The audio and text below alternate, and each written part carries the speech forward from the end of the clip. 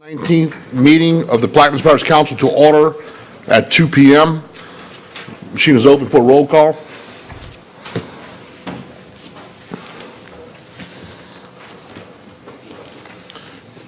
Let the record reflect that all council members are present except for Dr. Gui, who is absent today. Item 1, we've already done the roll, and prayer and the pledge. There's no executive session. Let's move to proclamations. A proclamation declaring June 13th, 2019 as Reese Morgan Day in the parish of Plaquemines. Councilmember Arborough. Mr. Albro? Mr. Albro offers. I'll second. Mr. Albro? Was it a, right? Yeah, we do unanimous second? Unanimous second. Mr. Albro?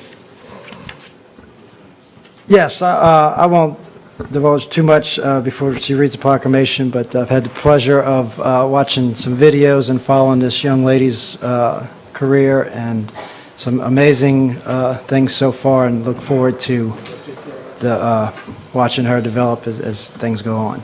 All right, I'll tell you what, let's go to a vote first. Machine is open on the vote on the proclamation. And the proclamation from Ms. Reese Morgan is unanimous, 8-0. Ms. Marcotte. A proclamation declaring June 13, 2019 as Reese Morgan Day in the parish of Plaquemines. Whereas Reese, never letting her ambitions affect her studies, has been an honor roll recipient every quarter at Belle Chase Middle School. And whereas in November of 2018 she made the USA Acrobatic Gymnastics team. And whereas in February of 2019, Reese placed second in the Las Vegas Acrobatic Cup, competing against 30 pairs and 10 countries. And whereas in April of 2019, Reese placed 10th in the Belgium International Flanders Acrobatic Cup competition, competing against 30 pairs and 18 countries. Now therefore be it proclaimed by the Plaquemines Parish Council, represented by its duly authorized chairman, William Bo Black, and by concurrence of the parish president, Kirk M. Lapine, representing the Plaquemines Parish government, that it hereby declares June 13, 2019 as Reese Morgan Day in the parish of Plaquemines.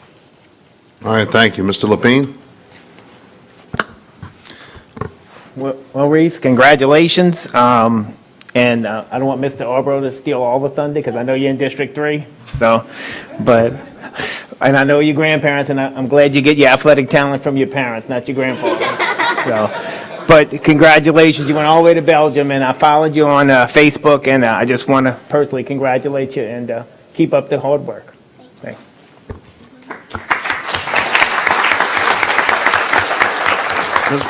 Ms. Morgan, you want to tell us about your trip, or you can have the mic if you want. It was really fun. The chocolate was amazing, like really good. The waffles were really good, and the people were nice, and it was just a fun time. We went to like the city. It was very planned out. Like we didn't really get to go places because it was gym. Like we had to practice and do all this stuff, but meeting people, and it was like just a nice journey. And I'm ready to do more. Cool, and I'm sure you will. I'm sure that, I guess Belgium is known for its Godiva chocolate and also its beer, and I'm sure that your parents just did the Godiva chocolate part, right? If you win again this year, where are you headed to? Switzerland. Switzerland. Awesome. Thank you. Any other comments or questions from the table? Yeah. Good, Reese, Keegan, please. Good. Reese, congratulations. I think the last time I saw you were just this little girl walking to my video store. So congratulations on your success, and I hope you continue to have much success. So Thank you. you're welcome. Mr. Russo? Yeah, I'd like to congratulate you as well, and I know that chocolate was good, but what are you going to eat in Switzerland? I don't know. More chocolate? Yeah. Congratulations. All right, thank you. If you want to come around, we'll take a picture with everybody.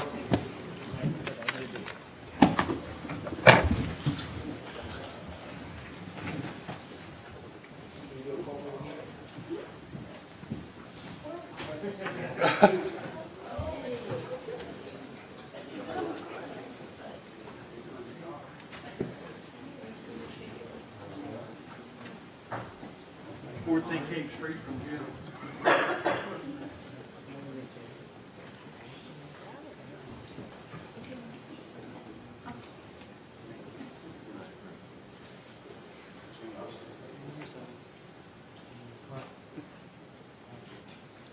Y'all sit tight when they're done. Okay, everybody over here. Go in 3, 2, 1.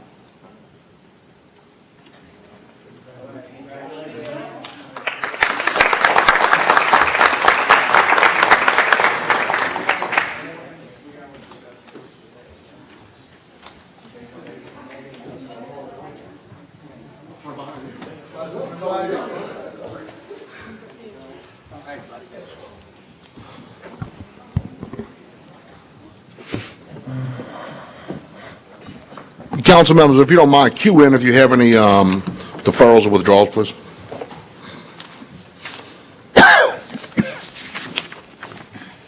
Councilmember Blink. I'd like to withdraw item 6G.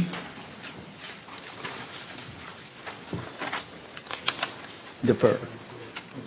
Defer, huh? Defer, Richie. Oh, I'm sorry, defer. Okay, anyone else? And I'll be deferring 6C and 6D. 6C and what? 6C and D. All right, if there's no more, the deferrals are C, D, and G.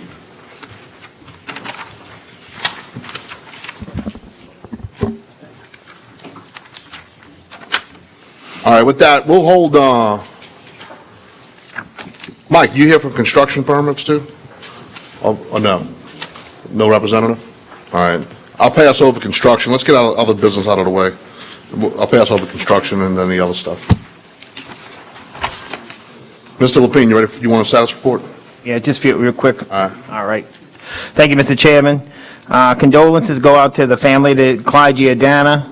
Dr. Giordana was president of Plaquemines Parish from 1995 to 1998. Dr. Giordana was born in Buras, Louisiana in 1935. He was a scholar, an entrepreneur, a banker, an officer in the U.S. Navy, a lawyer, and a dentist. The parish appreciates his service and thanks him for his dedication to his community. The flags were flown at half-staff in his honor today. June 29th is the second annual Plaquemines Parish Alumni Picnic that will be held Saturday in Fort Jackson from 12 p.m. to 7 p.m. Administration would also like to thank Greg Simpson, who retired last Friday, Friday the 24th, after 32 years of service in the Drainage Department. So thank you, Greg, for your service. And finally, please help me welcome our new PIO officer, Jade Duplessis. Jade is a local resident and a communications graduate of LSU and a former Orange Queen, and she's here in the audience, and I would like her to get up and say a few words to you.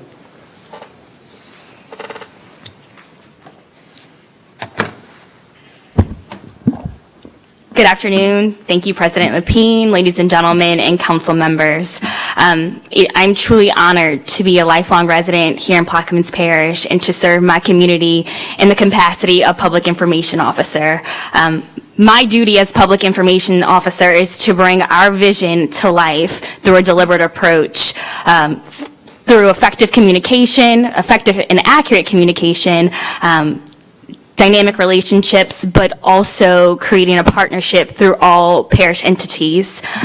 As we all know, our resources, our businesses, our culture, but most importantly, our people are key assets in Plaquemines Parish. And when we work together to promote and preserve all these key elements, we can make anything happen. So I look forward to working with each and every one of you as we leave our mark in history and moving our great parish into the future. Thank you all so very much. Thank you so much. On behalf of the council, welcome aboard. I know we spoke briefly earlier, and like I said, information is power, and the people hold that power. So getting information out to them and being transparent is something we need, so welcome. And in the words of Mr. Arthur Henry, the people need to know. So let us know. Thank you all so much. Anybody else have any, Mr. Russo?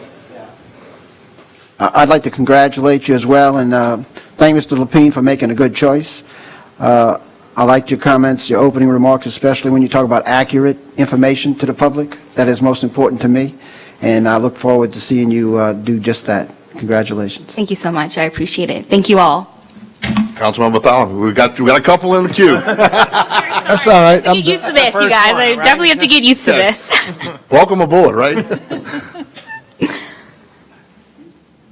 Councilmember Thalman? I'm okay. I'm sorry. After she left, she was tired, so I let her go. No, absolutely. I'm so sorry. LaFrance?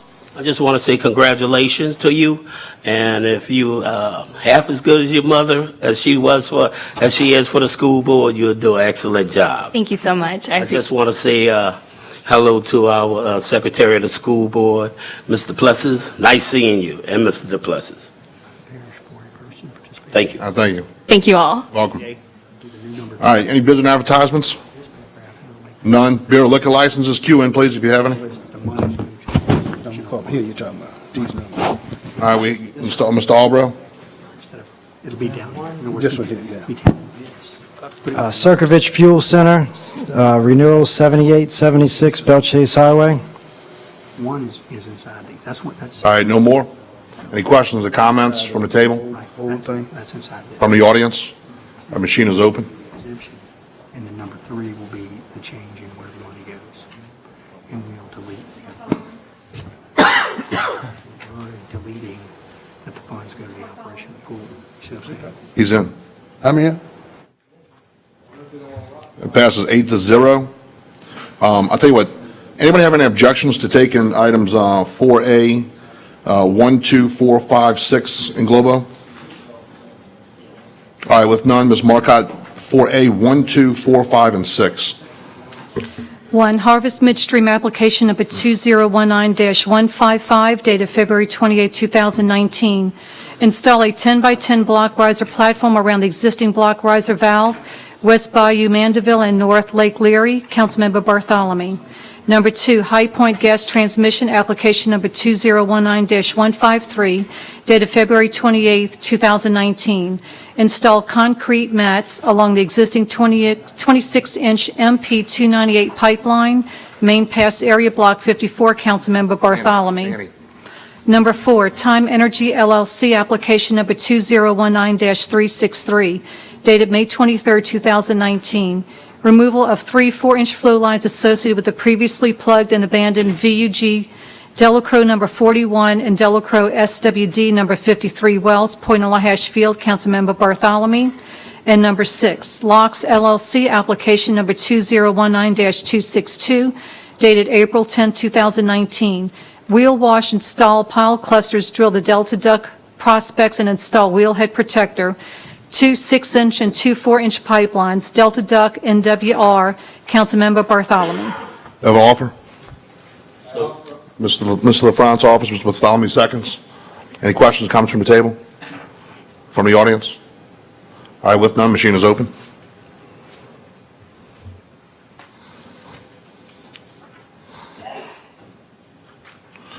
It passes 6-0 with 2 abstentions, myself and Mr. Kognovich. That's 1, 2, 4, 5, and 6. Ms. Marcotte, if there's no objection, take 3 and 7 in Globo. We didn't do number 5. Yeah, She didn't do number 5. you should have done 1, 2, 4, 5, and 7, right? 1, 2, 4, 5, and 6, right? I thought I did. Would you like me to?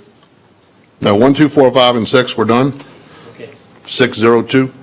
Yeah, let's go to 3 and 7? 3 and 7, if there's no objection. Any objection to 3 and 7 in Globo? All right, with none, Ms. Eustace Marcotte? Engineering LLC, application number 2019-347, dated May 16, 2019. Perform 1 CPT and 1 auger boring for a proposed addition to the existing Plaquemines Parish School Board office building, 557 F. Edward Hebert Boulevard, Belle Chase. Councilmember Black. And number 7, Eustace Engineering, application number 2019-361, dated May 23, 2019. Drill 1 undisturbed soil boring and perform 4 cone penetration tests for proposed industrial development at the project location, McDermott Road, Venice. Councilmember Kognovich. I'll ask for an offer. Ms. Kognovich offers, ask for a second. Second. Second from Ms. Newberry. Any questions or comments from the table, from the audience? All right, with none, machine is open.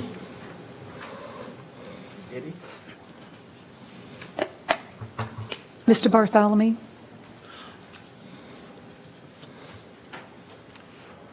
All right, if there's no objections, let's take the fireworks stands together, which is B,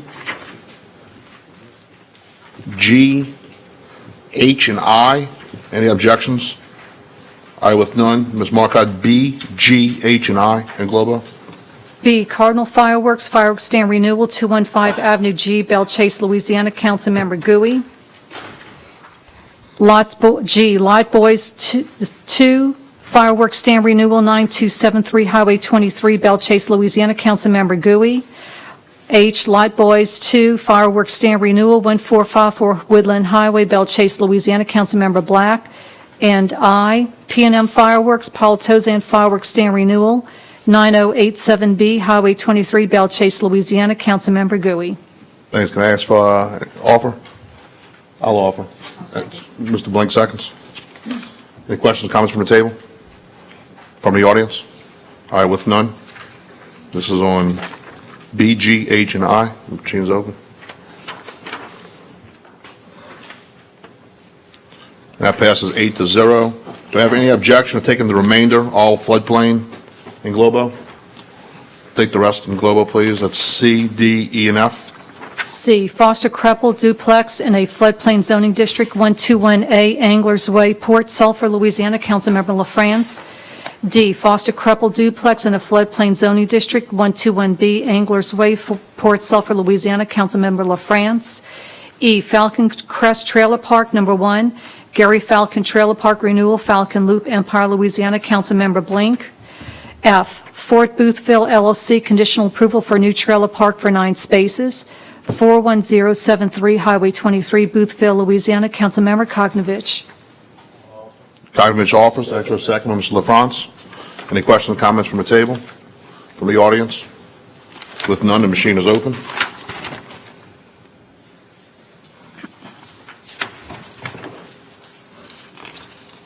It passes 8-0. If you would please cue in if you have any introductions or resolutions or ordinances, please. Mr. Blank. Resolution authorizing the council chairman to call a special meeting of the Plaquemines Parish Council for a mid-year budget review of the 2019 operating budget and on the 2019 capital improvements budget covering a period of at least 5 years, setting the date, time, and location of said meeting, authorizing the council secretary to place the necessary public notice in the Plaquemines Gazette and otherwise to provide with respect thereto. Another one, a resolution to create a policy wherein all anticipated land acquisition expenditures which are $100,000 and above must have a second independent appraisal before the purchase can be made, and otherwise to provide with respect thereto. An ordinance to authorize and direct the parish president or his designee to do all things necessary and proper to remove the Empire Shipyard sheet pile wall, and otherwise would provide respect thereto. A resolution to replace Danny DeMall in the Coastal Zone Management Advisory Committee, and otherwise with provide with respect thereto. Mr. Russo. Yes, I have an ordinance to create a policy that provides for the Plaquemines Parish Legal Department to be the official custodian for all Plaquemines Parish government original signed contracts, cooperative endeavor agreements, leases, levy right-of-way acquisitions, intergovernmental agreements, and any and all other types of contracts, leases, and agreements not specifically mentioned for the Plaquemines Parish Legal Department to create and maintain a current and complete inventory of these documents, which can be provided to the administration and council and otherwise to provide with respect thereto. Thank you, Mr. Russo. Mr. Albro. Yes, a resolution appointing the members of the Plaquemines Recreation Advisory Committee and otherwise to provide with respect thereto. Mr. LaFrance. This is to reintroduce an ordinance by the Plaquemines Parish Council as and on the behalf of the West Bank Levee District to acquire new perpetual flood protection levee, flood wall easement, new perpetual flood protection levee, flood wall and drainage ditch easement, and perpetual drainage ditch easement, and the new temporary work area easement in certain portion of land in Plaquemines Parish, Louisiana, by donation, purchase, appropriation, or expropriation to construct the New Orleans to Venice NOV-NF-W-058.1 Rosetta Seat to Myrtle Grove, Plaquemines Parish, Louisiana, for levee, flood wall, drainage, flood access, and hurricane protection purposes and otherwise to provide with respect thereto. Mr. Bartholomew? An ordinance to amend Section 17.5-7 of the Plaquemine Parish Code of Ordinance, the fees for the swimming in the Dave Van Buren and Port South swimming pool for the children who participate in the Plaquemine Parish Summer Recreational Program, to allocate the funds generated from all other person using said pool and otherwise to provide respect thereto. An ordinance to amend it and readopt Section 4 of the Code of Ordinance Number 142, the Comprehensive Zoning Board of Plaquemine Parish, Louisiana, as amended, the Comprehensive Zoning District Map therein and adopted by the reference, and which is preferred to the reference in application number 2019-395 dated April 30, 2019, the resolution denying the request of a map change filed by Terrence Wilson, Sigmund Leonard, from A2 Rural Agricultural Zoning District to C2 General Commercial. The zoning district is Lot 1-C1-A and 2-C-1-A on a Montclair Plantation, Highway 39, Breakway, Plaquemine Parish, Louisiana, and all accordance with application number 219-395 dated April 30, 2019. An ordinance to amend the 1920 manpower structure operating expenditure budget general fund parish president department and otherwise to provide with respect thereto. An ordinance to amend the 2019 manpower structure library service fund library department otherwise to provide with respect thereto. That's all I have, Mr. Chairman. Ms. Newberry? I have one. A resolution that declares Plaquemines Parish government as a community partner with the U.S. Census Bureau and otherwise provide with respect thereto. All right, thank you. I have three. A resolution to change the locations for the August 2019 council meetings and otherwise provide with respect thereto. An ordinance to amend the 2019 manpower structure and operating expenditure budget, general fund information technology department, and the telecommunications department, otherwise to provide with respect thereto. An ordinance authorizing the acceptance of a donation for the purchase of a vehicle for the use by the district attorney's office and to amend the general fund 2019 operating revenue and expenditure budgets, district attorney department, and otherwise to provide with respect thereto. Any alibis? All right, with none. At the request of, we had a couple requests, so let's move through some of these requests. The request of Mr. Albro, item 6F, please. A resolution authorizing the Plaquemines Parish government to acquire in fee 2.471 acres of land and improvements located in Section 9, Township 14, South Range 25 East in Belle Chase, Louisiana, from Equiland, Inc., and otherwise provide with respect thereto. Mr. Albro. Is read. Do I have a second? Second by Ms. Newberry. Any questions or comments from the table? Mr. Blank? Yes, sir. I looked into this land deal, and we're purchasing this property for around $250,000 per acre. It's right over by the ferry landing. It's for our freshwater intake to upgrade the freshwater system. I've looked into a couple comparable properties, and that's why I made the introduction that we need to do two appraisals on pieces of property that are more than $100,000. That's All it. right. Any questions on Mr. Blanks? Or Mr. Kognovich? Yes, I'm going to go ahead and vote for it because we need the project done. But we opening a can of worms with it because I was contacted by two families in Buras that back when they built the sewage plant, the parish took their property and never paid them for it. Now they want to be paid. Mr. LaFrance? Again, I say we just need to purchase the land that we need for the project.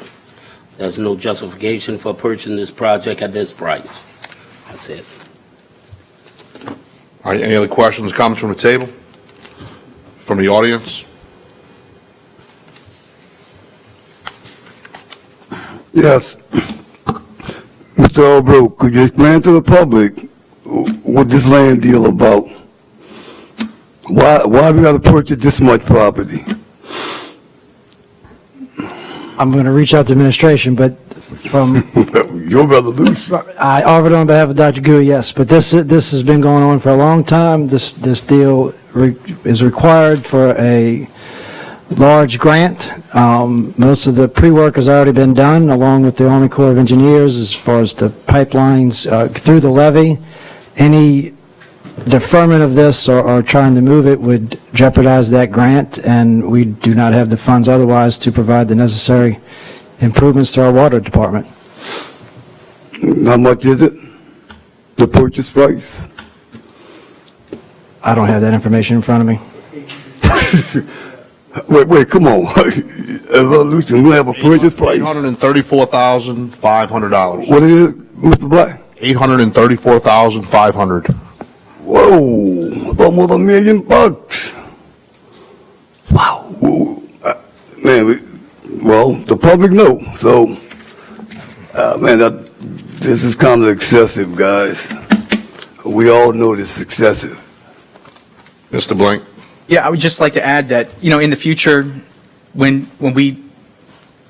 the council was painted into in a trick bag on this one. We've got a large grant to redo our water system, and we will lose that money if we don't buy this property. And it's unfortunate that, the work didn't happen several years ago for maybe an alternative alignment just south of there on the street just south of the water plant, but unfortunately, it's just where we are today. Mr. Lawrence? It's Warren Lawrence, 120 Timber Canal Lane, Motor Road. My only question was, I noticed Mr. Blank introduced something for 2 appraisals. There was only 1 appraisal on this property? That's true. Okay. And will this be deferred until that's voted on, or will they vote on today? To my knowledge, what's happening is the grantee, the grantor is going to not give us the money to redo the water system unless we vote on this at this council meeting. There's been a deadline set. Again, the trick bag. Okay. Question is, $360,000 an acre seems mighty exorbitant. Thank you. Mr. Bartholomew? I think what happened, we don't have any recourse if we're going to get this project done. What happened a long time ago when we leased it, this property, that created the problem. Or before we didn't lease it, then there's a possibility we could expropriate it. But at this point, we cannot. This was on the table, and I think it needs to be done. Mr. Russo? Yes, I had promised I wouldn't say anything, but I think for clarification and the public's knowledge, they need to know what the rotten deal this is. The project is in play now because of a mistake, and I'll call it a mistake, that the previous councils did by paying rent on a piece of property that we had possession of for 56 years. And today, we're in this trick bag because we have a $4 million grant hinged on us owning the property versus the lease that was entered to in 2011. Not only did they enter into a lease in 2011, but they retroactively paid for a year. And at the time, the appraised property value was $170,000. In the previous administration, again, when the lease expired, re-signed a lease, but gave all of the improvements on this property to the landowner that claimed the property. Now, you've heard everybody up here say that, they got to vote for it because of the $4 million, and I understand that. I just don't have the stomach for it, and I'm going to have to abstain for voting on it because this is one of the worst deals that this parish government did to itself by starting to pay a lease on property after having the water plant intake there for 56 years. It's horrible, but I understand the motivation of the money and follow the dollar, so I call a question. All right, Mr. Russo calls the question. Machine is open for a vote.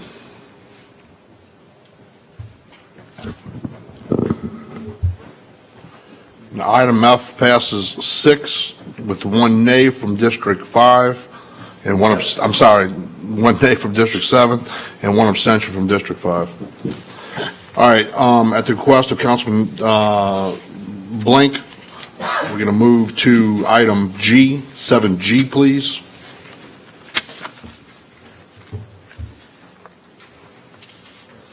Getting there. Update on Taylor Energy oil leak, Councilmember Blank. Mr. Blank? Yes, sir. This is in regard to the Taylor Energy leak that's about 11 miles off of South Pass. There's been an ongoing leak there since Hurricane Ivan destroyed that production platform that was owned by Taylor Energy in 2004. Estimates of the leak amount daily vary, but in the recent past, a local contractor has temporarily contained the leak, and he is here today to speak about that process and a little bit of history at the site. This is not just any contractor, Mr. Blaine. This is Mr. Timmy Kuvian, a good friend of mine from Old J Street on both sides. So while you're setting up, Mr. Kuvian, I'm going to take a couple small shots. Timmy, thank you for coming to explain to the people in Plaquemines Parish about what's going on just off our coast. And thank you for having me, Mr. Blank. I'm sorry, Mr. Newberry was on the block too. That's true. So, of course, I know a lot of you up there, and thank you, Council Chairman and Mr. President, for having me here today. The intention of today is to provide public awareness and public information on what's taking place in our backyard. So I've prepared a couple slides, and I've shortened it. And if I'm moving fast, please don't be afraid to stop me. This is part of a larger presentation. That was about a 45-minute presentation. I've tried to shorten it for scheduling purpose. So background, and it's almost 15 years ago, September 2004, Hurricane Ivan toppled the Taylor Energy Corporation's platform as a result of a storm-induced mudslide that was 12 miles southeast of South Pass, so just outside of Port Eads. October 23rd of 2018, last year, the Coast Guard issued an Order 19-001, which mandated that Taylor Energy institute a containment system to capture, contain, and remove the oil.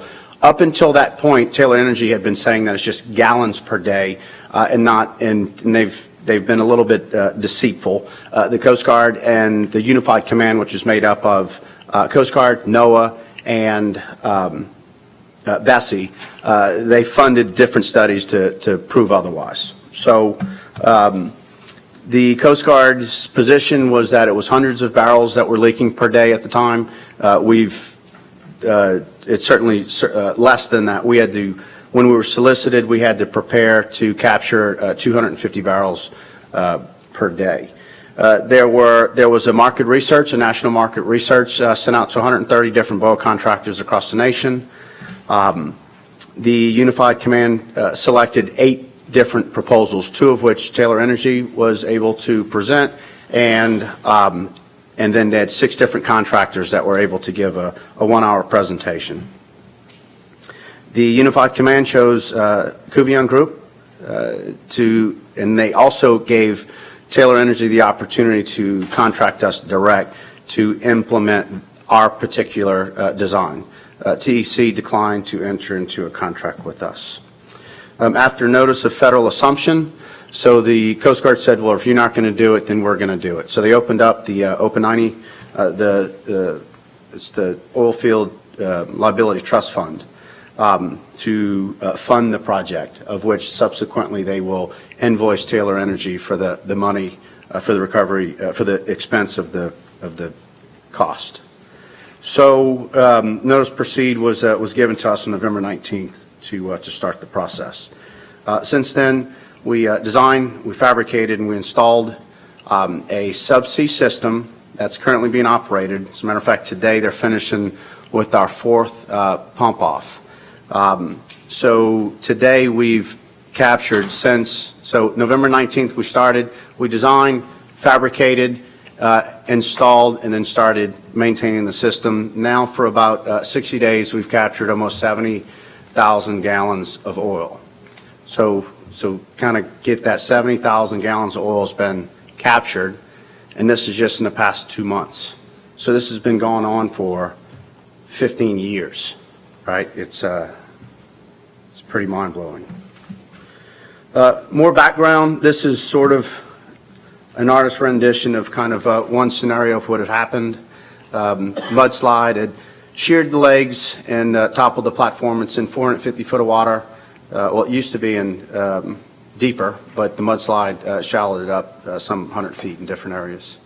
So it took it and pushed it some 600 to 800 feet to the southeast of its original position, and it buried, so what makes this so complicated is that it buried all of the conductors. So all the conductors came up into the platform and it sheared over and rolled over. All the wells and conductors and stuff are buried under the mud. So that's the rub.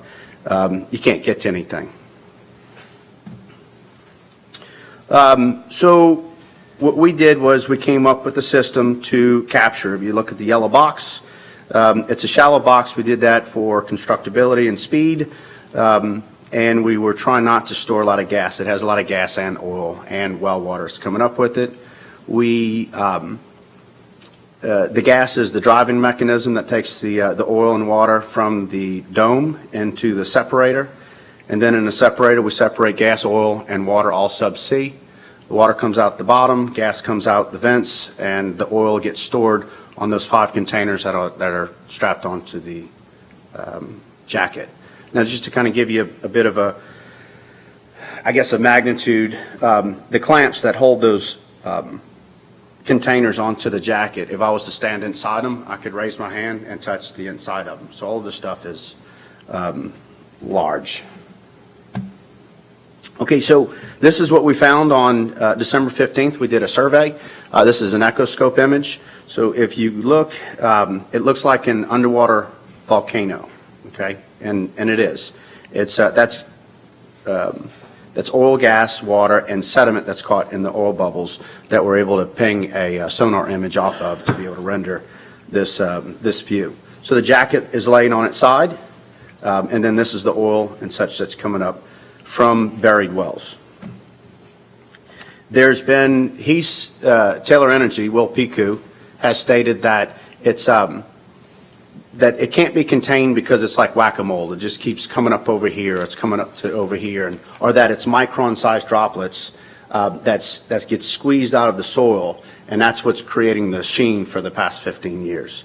So we took this echoscope image, we went back and took more when we did the initial survey, and we came back in March 19th. That's the different colors, the yellow and the red that you're looking at, and the source is still the same. So it's not whack-a-mole, it's coming up from an erosion pit that's some 20 foot deep and some 80 foot in diameter. So we had 4 different engineering firms and 5 different contractors. This is a picture of the equipment that's loaded onto the barge. This is some of the equipment. And to give you a bit of an idea, there's 12 different people on that barge. This was all done with Louisiana contractors. We had 5 different contractors in 6 different locations. We looped around.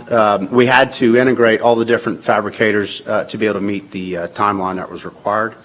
But it was a real neat thing to circle around Louisiana, scoop all the equipment up.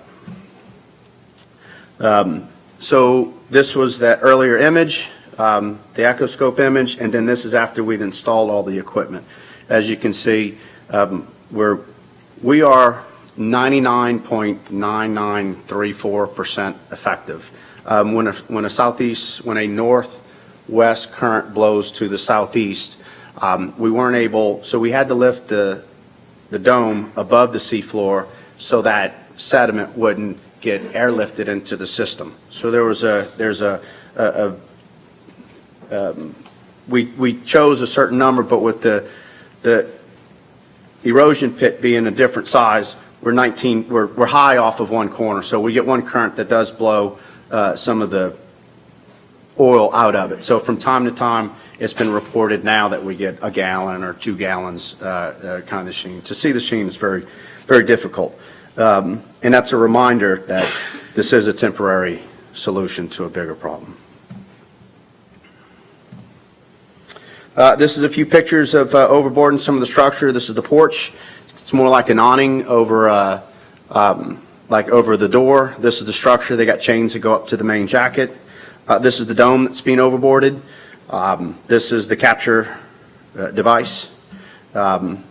These are the containers. Again, magnitude-wise, that boat is about as big as a football field. The containers are all 100-foot long and 48 or 72 inch in diameter. So here's a few pictures. So this is what we found the first day when we were on site. There's a thick emulsified oil, and again, this is just 12 miles off of our coast. So this is a video. So this is after we installed the porch and the chains and such, and this is before we put the dome. This is that's a ROV manipulator, so that's an arm for an ROV. He's holding on to the chain. Now I need to give you guys another reference. So those chain links are about this big, right? So those chain links are huge, okay? And a micron droplet is the size of the pinhead, right? So that's what he's saying is leaking out. Yet, if you look at the manipulator, there's some bolts on the left. Those are like 1.25 inch bolts, right? And this is some of the video that we took on one particular day.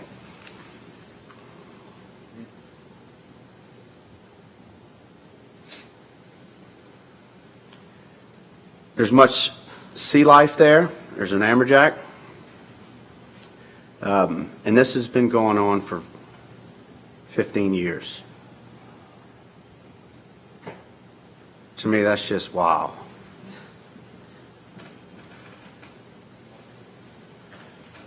More amberjack, and I don't know about you, I like fish, but not those. It's a shame that's it's been going on. So this last video I'm going to show you, this is the last day that we're on site after we'd installed it, and you can see there's very little, if any, sheen. It's pristine waters again. Now, we're collecting roughly about 1,000 to 1,300 gallons a day. A few key takeaways I wanted to leave with you guys was that, we've successfully mitigated a sheen when the responsible party, Taylor Energy, said that nothing more should be done or it could be done. So with creative technology combined with the federal authority, we can keep our environment safe. This is it's a temporary solution to a bigger well control problem it'll continue to get worse, right? So we have it captured successfully right now, but we're one more mudslide away from wiping out that containment system. We're one blowout where it's gonna, if there's a kink, there's well water, sediment, and everything else coming up with it, they'll spring a leak over there or something, So there is a sense of urgency that needs to be kept. So, the biggest key takeaway is that fourth point, local Louisiana stakeholders like yourself need to be involved and be aware. And you need to hold the federal government's feet to the fire and make them follow through with the regulations. So the government can exercise its authority. That's how we got this far. Politically, Taylor Energy seems to have a big grip on our state and on the federal scene. So much more where it's again mind-boggling for me. Something that was alarming though. So I'm being sued, right, by Taylor Energy, and which is amazing that. So if I don't do it, I'm in breach of contract to the Coast Guard. If I do it, I'm being sued by Taylor Energy. Our system, I love it. In one of our oral arguments where we're trying to just get the thing dismissed, Taylor Energy said, well, why nothing more should be done? Why should anything be done? The locals aren't even complaining about it, and that hurt. So anyway, it's just something that you guys need to talk to Bessie. You guys need to talk to the Coast Guard and hold their feet to the fire and make sure that they move forward with abandoning all 28 wells to the standard. The standard is getting inside of them, setting multiple plugs, zonal isolation, and same thing as we do every other well that's been properly drilled and handled in our state. It can be done responsibly. We derive a lot of our income from oil and gas, and it can be done responsibly. And there's going to be spills. There's going to be leaks. Oil can be ugly, but I think everybody here drove here in a hydrocarbon propelled vehicle. But there's just this 1% of one of these producers that's kind of gone rogue and don't want to do the right thing. So I'm glad to forward you guys phone numbers of the people that's involved in these, for Bessie and for Coast Guard. Do you have any questions? Yeah, I think we do have a couple questions. I first want to start off by saying, obviously, great job, Mr. Couillon, with the containment effort. There is a lot of work to do, and I do understand those points.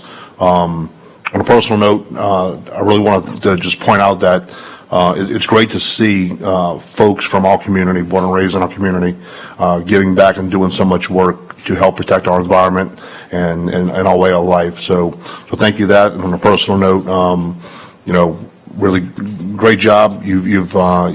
All your work has been outstanding, and I'll leave it to I think Mr. Blank is the next one. Mr. Blank. And I'll second that. Thank you. The amount of ingenuity that went into that capping system is very impressive. Thank you for getting that handled, albeit temporarily, and we will be pushing both in Baton Rouge and DC to get that site fully contained. And this is for Mr. Lapine. I mentioned in the past we could maybe you and Mr. Helmer sit down and talk about to see if there's any NERDA funding for restoring marshes that may have been impacted by that ongoing leak. It's been leaking for 15 years. I think that if there is some restoration dollars available, we need to do some work closest to the site possible. The bird foot is often neglected. But again, Timmy, thank you very much for coming here and sharing with us. Ms. Newberry. Mr. Couillon, I probably should have stopped you earlier. During the construction, you put the cap on and you had the gas stored.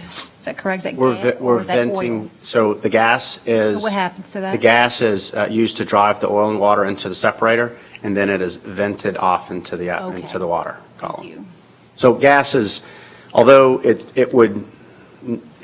does not meet the regulation, right? You would never just vent gas like this subsea, Right. but in this case, it's a special case. So the gas really, it takes a large volume of gas to produce a type machine. So the gas is, but it's very rare have we ever witnessed. We have witnessed bubbles at the surface, but very rare would we actually see the bubbles. There's a lot of current. It gets swept into the current, it gets swept off. So it's the lesser of two evils. Thank you. Mr. Russo. Thank you, Mr. Couillon, for your presentation. The oil that's being recovered, is it marketable? It is. So we separate it and we recycle or resell the fluids at what is it, 85%? About 85% of market value. And the revenues from that, Taylor's going to sue you for that? Probably. And so, Is it taxable? my next question was, how many miles offshore is this? It's 12. So it's outside of state waters? I mean, it's in state waters, federal waters? So it's right on that line where there's a fight between state and federal, but it has a OCS number, so it is a federal main. Federal well. So I guess it's beyond reach of our attorneys that are now looking at damages to our coast? I wouldn't think so. It seems by proof of my litigation, anybody can be sued.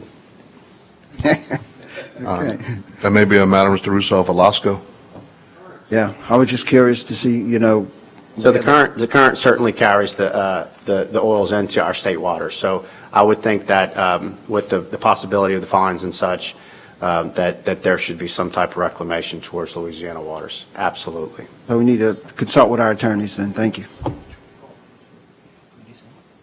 Mr. Lapine. Thank you, Timmy, for that presentation. And again, please forward all the information that you can, as administration can help on our part to put pressure on whoever we need to.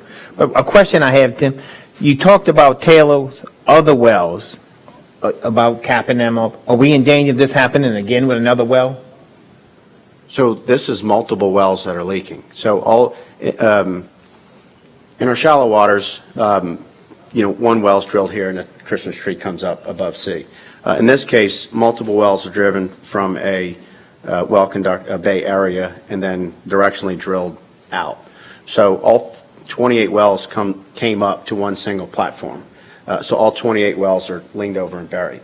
They had 3 wells were, before the incident, were temporary abandoned, and then Taylor Energy went and did intercept wells. They call it. It wasn't really. They didn't actually intercept them. They paralleled them. They took the 9 worst offenders and they drilled intercept wells. So a parallel well, instead of coming in and intercepting it. So with the BP spill, they actually came in and milled into the side of the 9-inch wellbore. And then they actually intercepted it twice, got inside the well, circulated a plug, and they could pressure back because they still had access to the surface. In this case, what they did was they went down and they just paralleled it because of the ranging tools back then weren't as good as they are now. So if the well is kind of like this, they paralleled it, got within 6 inches of it, and they perforated and squeezed. So they shot a charge, hopefully to penetrate into the other well, and then they squeezed either concrete or some type of resin to try to get into the other well. 7 barrels is like a minimum plug, and they were squeezing 2.2. They were squeezing tiny amounts of concrete into the other wells. Now, so when they say a great website, and again, I'll forward this information to you too. Taylor Energy has a website called MC20 Response. It's got all of the information, all of the federal assumption notices, my lawsuits, it has a lot of stuff. And when you read it and they say, we've successfully plugged 9 wells. The only 9 wells that they successfully plugged were the 9 that they drilled, because they couldn't test the ones that were under the mud. They said, hey, we pushed 2 barrels of concrete in it, it stopped leaking, it's good. Well, that's only one plug. To successfully plug the wells per the standard, you need about 8 or 10 different plugs in various different locations. So it's a far cry for what they've done. There's a lot more that still needs to be done. Thank you. All right, thank you. Any other questions from the audience? All right, Mr. Kuvion, I appreciate the presentation. Thank you, Mr. Blank, for putting this on the agenda. Thank you. Definitely informative. Over that 15 years. Can you come to the mic, please? Yeah. Yeah, I got some money numbers too I could Sorry, a wasp stung me, that's why I'm all swelled up. Donald Landry, live in Jesuit Bend. I just did a quick calculation. That's 137,000 barrels of oil over the 15-year period. So, there's different fines. For negligence, it was $1,100. So there's negligence and there's gross negligence. In my opinion, it's gross negligence, because not only has he not done it, but he's really lied about what he's done, right? So at negligence, per day, it's 39, so the fines, you said 1,100, that's 39,000 a day. Per year, it's 14 million a year. And for the 15 years, it's 213 million. So just on negligence, instead of its gross negligence, you're talking about 117,000 a day, 42 million a year, and 640 million worth of fines that they should be paying. So it's substantial. It's a large amount. It's a large amount. Thank you, Mr. Kuvion. All right, we're going to I want to recognize a couple elected officials here today: Kim Charlie Vaughn, our clerk of court, and Ms. Belinda Hazel, our assessor. With that, I know you guys are both busy, and I was trying to keep Belinda in here so she wouldn't tax us, but we'll get it to her item, which is 6A3. Ms. Marcato, you want to move to 6A3? Yes, sir.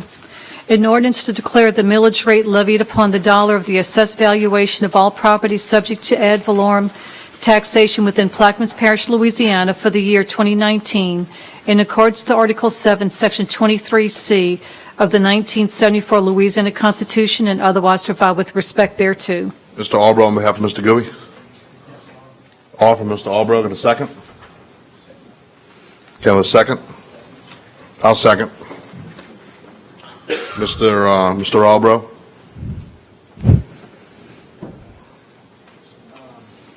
The administration was going to take the lead on this. Okay, Mr. Burris. This is Obviously, every year, you all know we have to adopt the millages. This is the time of year. You notice the current rate and the 2019 rate.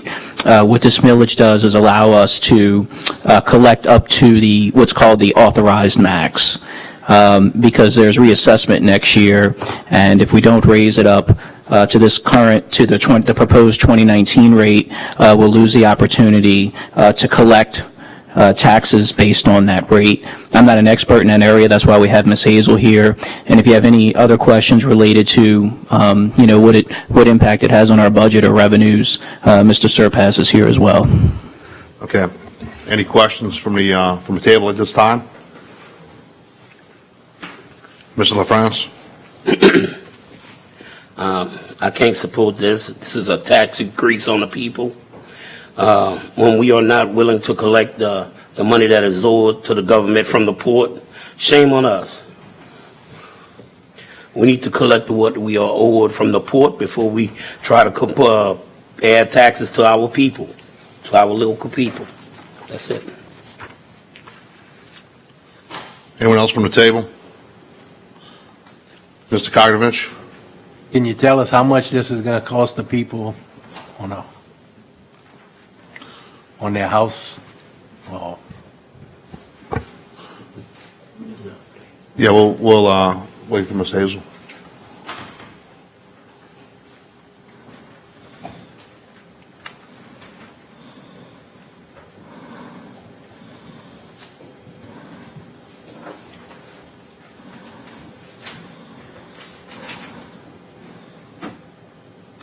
Belinda Hazel, Assessor, Plaquemines Parish, 187 Pleasant Ridge Drive.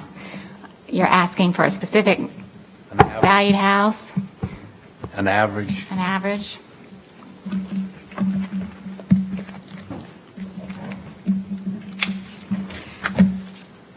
Let me make a few comments first before I do that, because you all are one of 5 taxing bodies, so everyone, with the exception of one taxing body, has the opportunity to do what you're doing. So to answer your question about what it would increase, well, it would be your portion, or I would need to give you the figure for everyone. So let me just make a few comments, since some of you are new to this millage adoption process. I know the school board's at the max already. The school board is at their max. The hospital's going up to the max on both of theirs. I know they haven't decided, I knew they hadn't decided yet that they had, I don't know that they finalized that. Meeting I went to, they said, yeah, I don't know if. Okay, let me just make these comments. According to one of the groups that ranks states based on taxes paid, many of the top-rated states lack one of the major taxes, like Texas, where my brother-in-law retired. Texas lacks state income tax. Other top-rated states are top-ranked because they lack a major tax, not because they lack a major tax, rather, but because they apply taxes at low rates. A broad base, a low-rate approach. Both approaches incentivize people to live and do businesses in those states. Plaquemines Parish, with our river frontage and our natural resources, has prospered under a broad-base, low-rate approach, maintaining one of the lowest rates in the state. Everyone benefits from lower rates, and that itself creates potential for a snowball effect, enabling taxpayers, both business and residential, who have more money in their pockets because of lower rates, to put that money back into the community, to reinvest or move up. But certainly it is more complex than that. Growth adds greater needs for services, so tax rates cannot be lowered to a point where cost of necessary services are not covered. Property taxes fund the important stuff: infrastructure, drainage, levees, water, garbage collection, and more, all of which you all know far more about than I do. Services paid for by property tax are critical to quality of life, and when services are considered great, that too is an incentive for people to live and do business here. If services are considered not so great, people will look for places other than where they are. So the key to this decision is to hit that sweet spot. That is not simple. The tax roll has declined every year for the past 4 years. Finding that sweet spot is harder and harder and more challenging than ever, and more complicated by the uncertainty of the tax roll at this point of time in the year. There are currently 5 taxing bodies: you and me, the school board, the sheriff, the hospital. This year, each taxing body, with the exception of the school board, has the ability to raise their rate to the maximum mills allowed. If everyone adopts their maximum millage, our parish-wide millage rate would increase from 65.96 mils to 74.2 mils, a difference of 8.24 mils total. The Plaquemines Parish government portion of that increase is 1.62 mils. The millage setting process is required every year, even if the millage will remain the same. The process is overseen by the legislative auditor. Maximum millage rates are set every 4 years in conjunction with the reassessment of real property, which also occurs every 4 years. This year is the year to take it or lose it. If they don't take the available millage this year, it's gone. When current maximum millage rates were set, previous assessor Bobby Gravelet and then Chief Deputy Belinda Hazel strongly discouraged adjusting millage rates to the maximum because of the concern of losing public service barge lines, which is what happened in 2016. It's also happened every year for the last 4 years, and our rates have declined, our collections have declined. With the exception of the school board, the taxing bodies admirably refrain from increasing millage rates. From the hospital district and the assessor's office and the sheriff even lowered millage rates. We did that in an effort to hold the overall rate down to a number low enough to encourage movable properties to locate here and discourage public service barge lines from moving away from here. What do I know now about the 2019 tax roll? I've been able to confirm this past week with the Louisiana Tax Commission that one of our largest public service taxpayers will again be assessed in Plaquemines Parish, so that's very good news. That information alone has made me much more optimistic about the tax roll for 2019. I do not have the results yet of the Visual Lease Services annual audit for 2019, and I have not been optimistic about the audit based on last year's audit. But I learned last week that there is new production equipment that's going to show up this year. That information has increased my optimism. Our personal property renditions continue to be worked. Public service values prepared by the Louisiana Tax Commission will not be complete before mid to late August, and personal property and public service comprise 80% of our roll. That's one of the reasons this is such a tough thing to do, is because 80% of our roll is volatile. It's reassessed every year. It's movable. A decision to raise taxes is not an easy one. Admiration to all the taxing bodies who've worked on less each year. And this year it may be less again. I just don't know. And your millage is 1.62 mils that you have the opportunity to increase. It is raising taxes. It's a minimal, basically more of a minimal amount, but it will increase on people who have freezes. It will increase everybody. But you have to weigh that against what your needs are and make sure you're not going beyond your needs, but your needs, what's funding your needs has decreased for several years now. I'll answer your question. A $30,000 assessment, which would be a assessed value times the 0.0742 is $2,226 on a $375,000 house with a homestead exemption.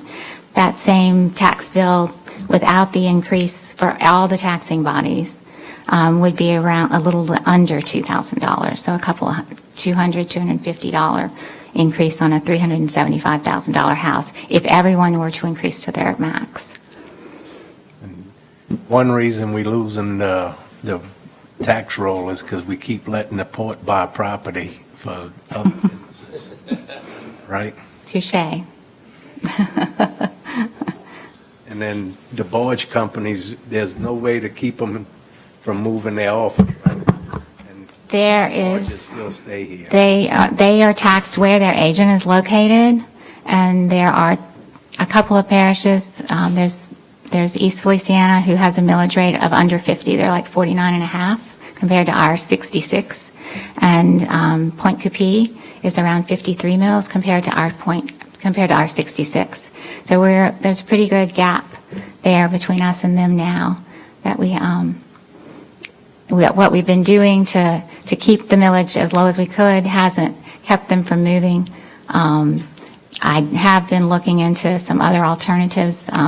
St. Tammany Parish has a pilot program that involves their barge lines and watercraft. They don't even aren't in that parish, but they collect the money from barge lines. The barges that move their office, does the port collect a tariff fee from them parking here now? What's that? The port collects a tariff on them. We don't get the money.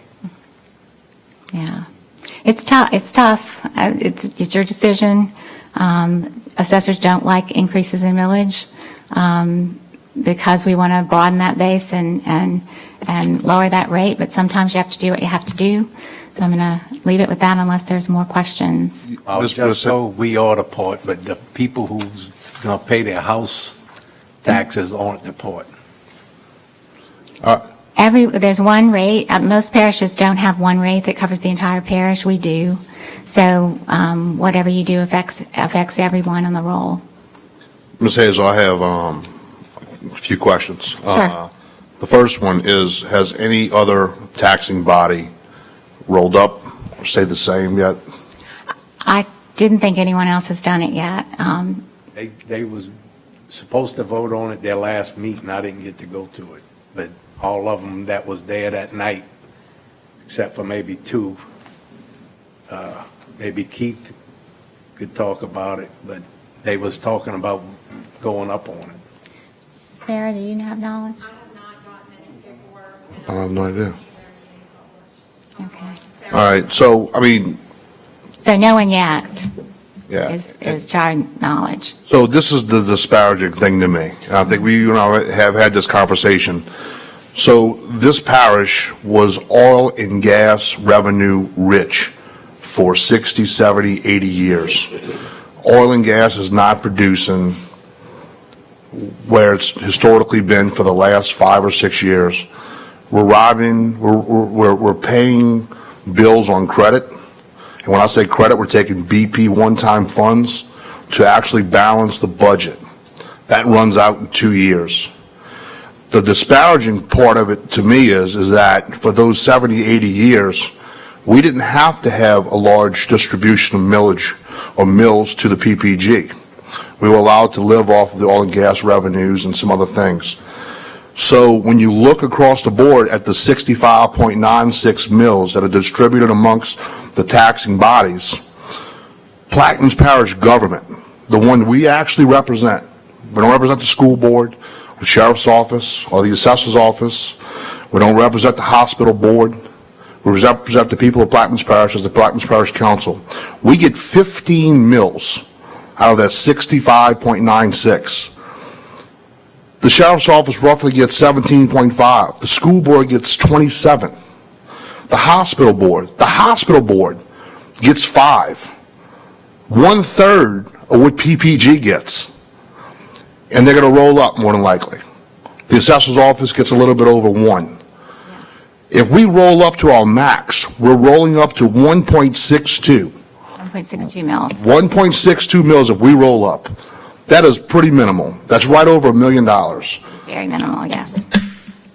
So when we talk about a number from 65.96 to 74.2, that's 8 mils.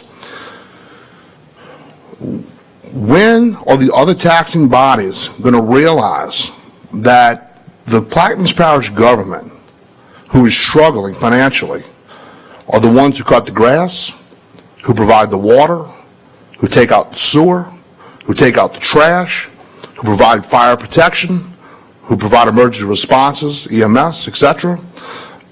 We pay those bills, we provide those services, yet we're getting, besides you with 1 mil and the hospital with 5, the least of anybody else. So each taxing body determines. No, I understand that, but we're the taxing body. We need to determine that we have to survive. Because, folks, when we sit at a budget hearing in 2 years from now, we are going to be flat broke, taking out bonds to pay bills. That's what the future is. That's why you need to weigh it against the need. Absolutely. So when we sit here and say that we're not going to roll up 1.62 mils, maybe we should ask the other people who are getting all those other mills, the other remaining 6.5, maybe let them take a break for a little bit and not roll up. Let PPG sit back and take 1.62 mils and get $1.5 million to maybe pay some bills. They haven't rolled up except for the school board. Not yet. Not yet. Not yet. I don't know what they're going to do.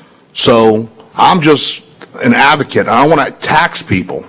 The other But we are at a time and age now where we're not dependent on oil and gas anymore. That went away 5 years ago when myself, Mr. Russo, Mr. Bartholomew, Mr. Lapine got sworn into the council, because a month later, oil and gas revenues went down from $96 a barrel to $35. It ain't going up.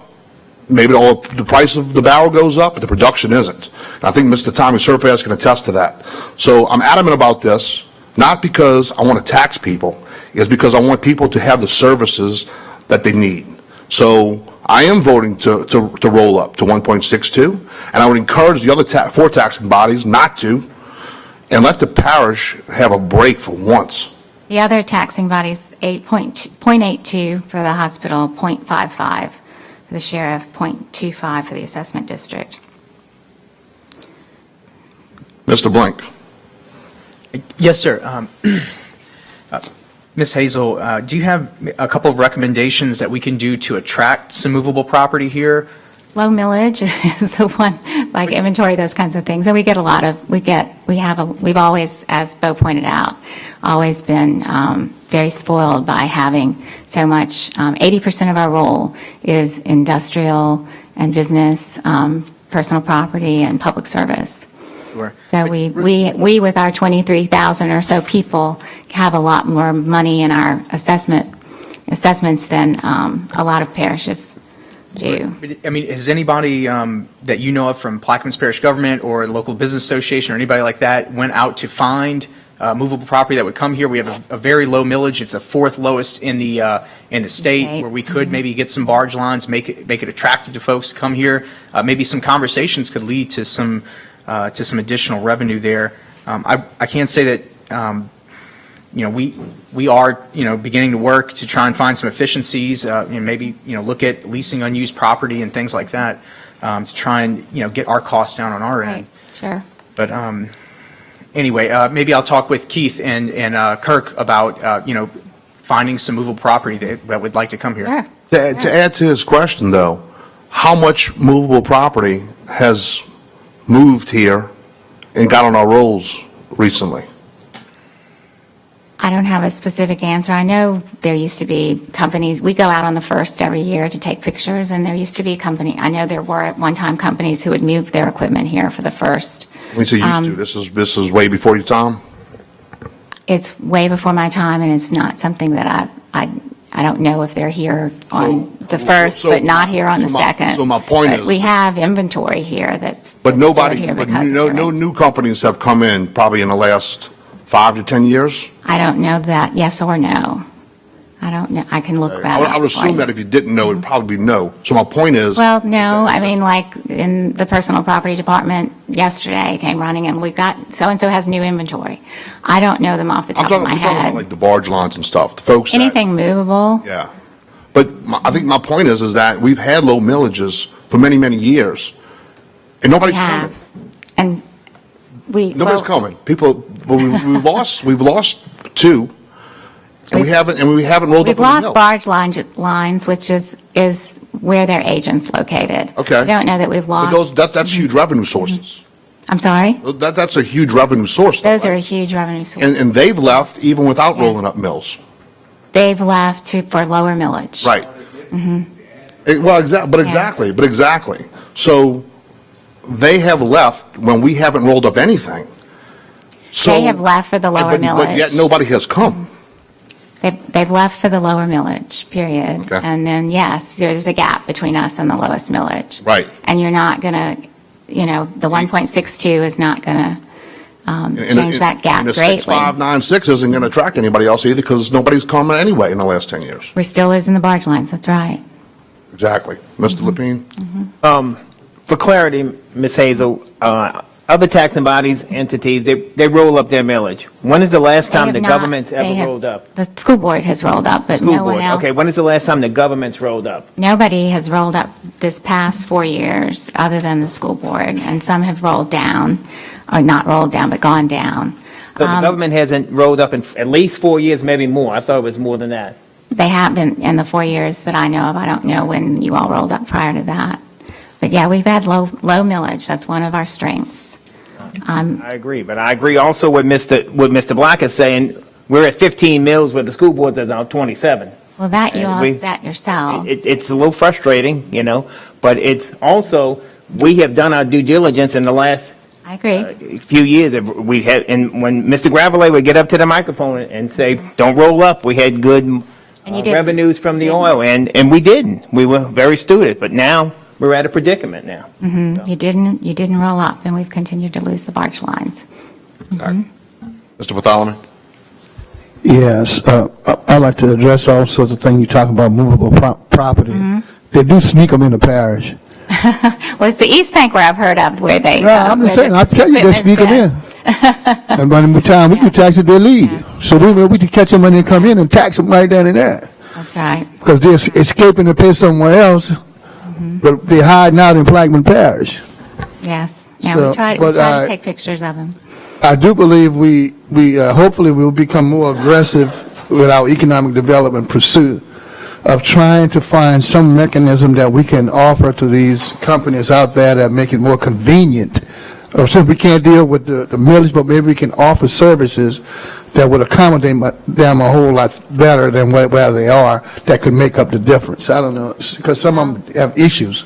Maybe we need to investigate through our economic development component. Well, and we're in an interim between all of these projects that are supposed to be coming. None of them have come yet. They're not on the rolls yet. They weren't here as of the first, so they're in the pipeline. We're hoping the port is a savior, but rather than that, we're going to collect any money from the port. I don't know, it still stands to reason, see how much will we be able to collect for the parish standpoint, for operations, for the infrastructures and stuff. The port will be all right, according to the way it is being pursued.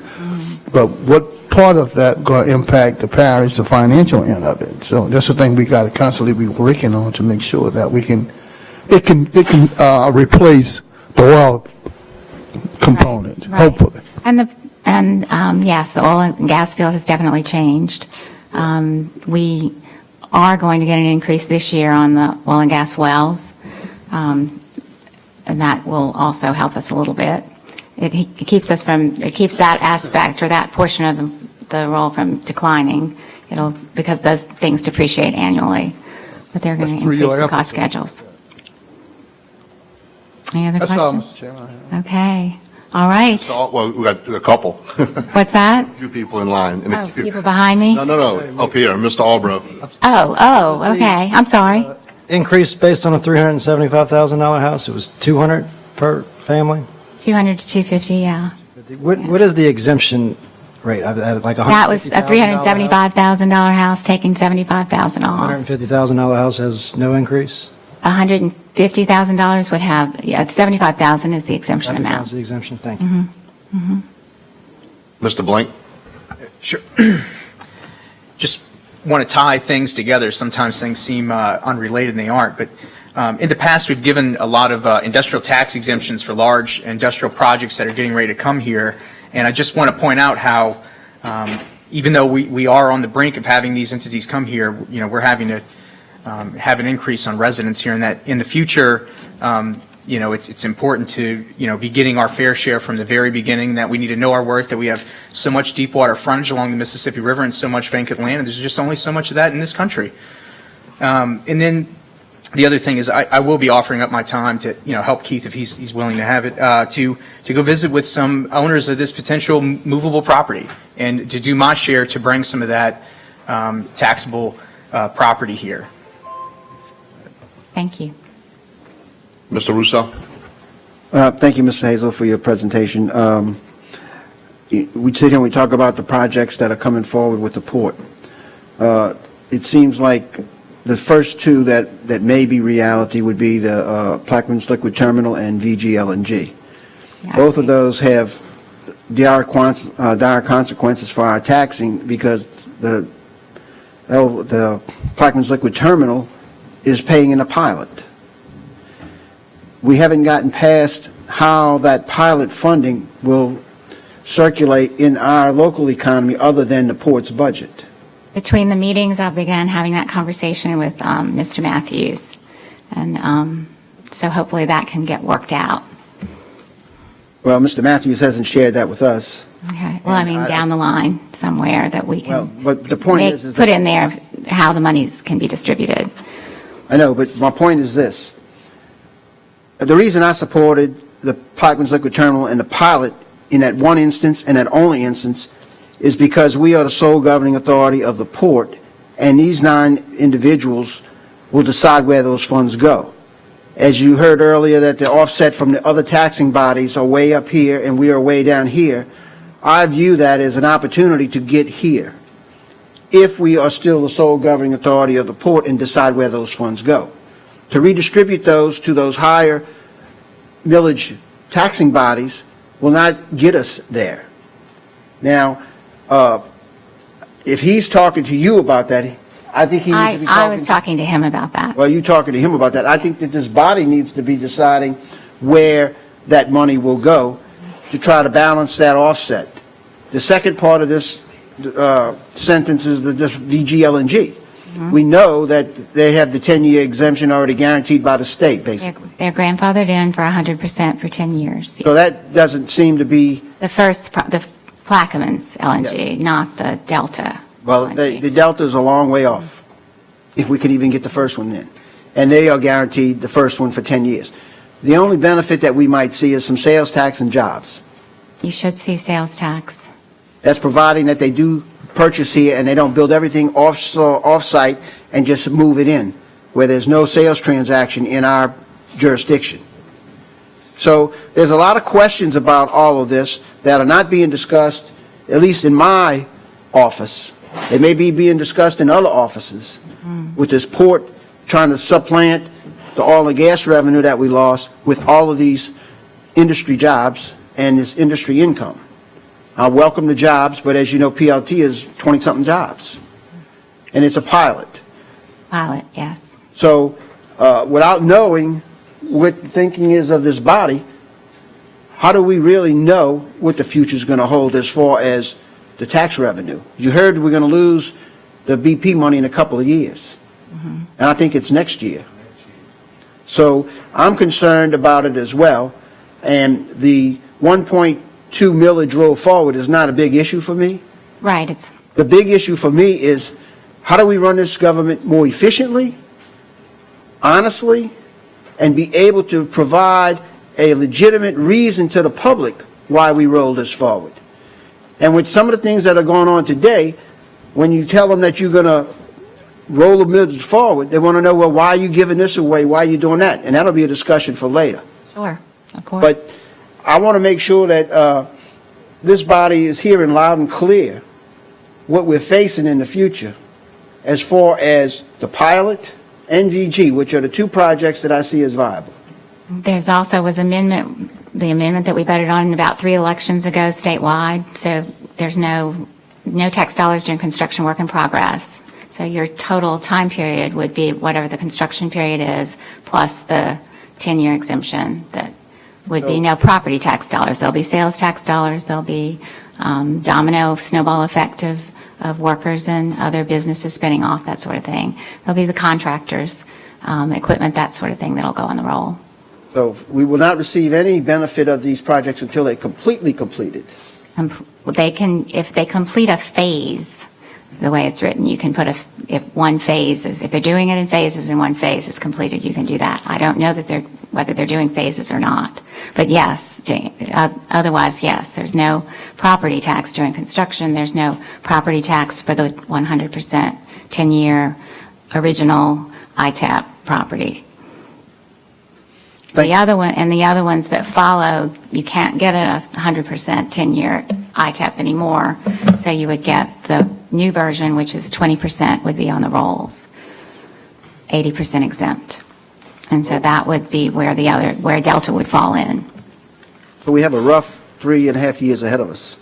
We have some years where, yes, those big projects aren't going to be on until after they're constructed. And then they won't be on. And then one of them we know won't be on for 10 The other, years. we have to make a decision as to where the revenue goes, The other needs to. if we're still the governing authority. That's outside of my box, but yes. I'm putting it on the table for everybody's box. Yes, all right. All right. Thank you for your presentation. You're very welcome. Thank You you. got a couple more, but I want to just Okay. jump into this discussion here. Number one if Venture Global didn't come, you say we're not getting any money from Venture Global. Property taxes, Right. not, But we're Sales, talking, you're we're getting talking a sales little bad, really, about Venture Global and other folks. I'm not talking about the pilot program. I'm just not, let's talk about Venture Global, because that I'm was. not talking bad about Venture So, Global. I'm not saying you are. Yeah. I'm saying there's some bad talk sometimes about Venture Global, and it's not bringing us taxes. However, That's a fact, of property taxes. property taxes. However, it is bringing us some ancillary benefits, right? Some other sales taxes, some jobs, et cetera. That- So it's not like, so if they didn't come, what would we Ask me a get? question. What would we get? We wouldn't get anything. I'm just making a, I'm I just agree making with a. you. I agree a with you. point We are in to- agreement Right. on that. So when we say the next 3.5 years are going to be really bad because Venture Global's coming, it has nothing to do with it. 3 or 4 years, we don't have any new things coming on the We roll. don't have any new is what things we're coming on the saying. roll, but we do have the pilot, and that's what I really want to talk about is the pilot issue. Mm-hmm. Because the pilot issue, and Mr. Russo, I have no idea who thinks or is behind removing the council as the sole governing authority of the port. I think that's clear. I think everybody on this council agrees that that's the way it needs to stay. I don't think anybody's pushing that to separate from, where the council is not the sole governing authority. Therefore, that's why I voted for the pilot program, because we have a disparity in millage rates or revenues coming in, that let the council, as the sole governing authority of the port, determine where that money goes. So when we do get the pilot funds, this council, acting on behalf of, as the sole governing authority of the port, will make a determination. I think that's pretty clear. And, it will be up to us. So I'm not sure, Mr. Matthews can talk to whoever he wants to talk to. The bottom line is the non-members of this council are going to decide where that money goes. So that's a very clear understanding of where the pilot funds go. Mr. Matthews doesn't have the authority. Mr. Sanders doesn't have the authority. This council, as a sole governing authority of the port, does. I don't want to get Mr. Matthews in trouble because we didn't have an in-depth conversation about where I'm the just monies are making, I'm going. just reiterating, We I'm were just actually agreeing talking. with Mr. Russo and reiterating Yeah. the point that the Plaquemines Parish Council, serving as the sole governing authority of the port, is going to determine where the pilot money goes, period. And unfortunately, for the other taxing districts or taxing bodies, we have to do that in order to become at a level playing field, the revenues that we need to survive, like my previous comments were. I'll ask Mr. Kainovich. Didn't the governor pass a thing that it was up to the local government on ITEP about the tax deferred on plants and all? The new ITAP, the most recent version, it goes before the sheriff, the parish government, and the school board. And they vote up or down. We will accept a 20% taxable, 80% exempt, or we won't. So how was they grandfathered in if they had? The Venture Global they were grandfathered in before that went into effect. Why? Why? You have a contract with them? No.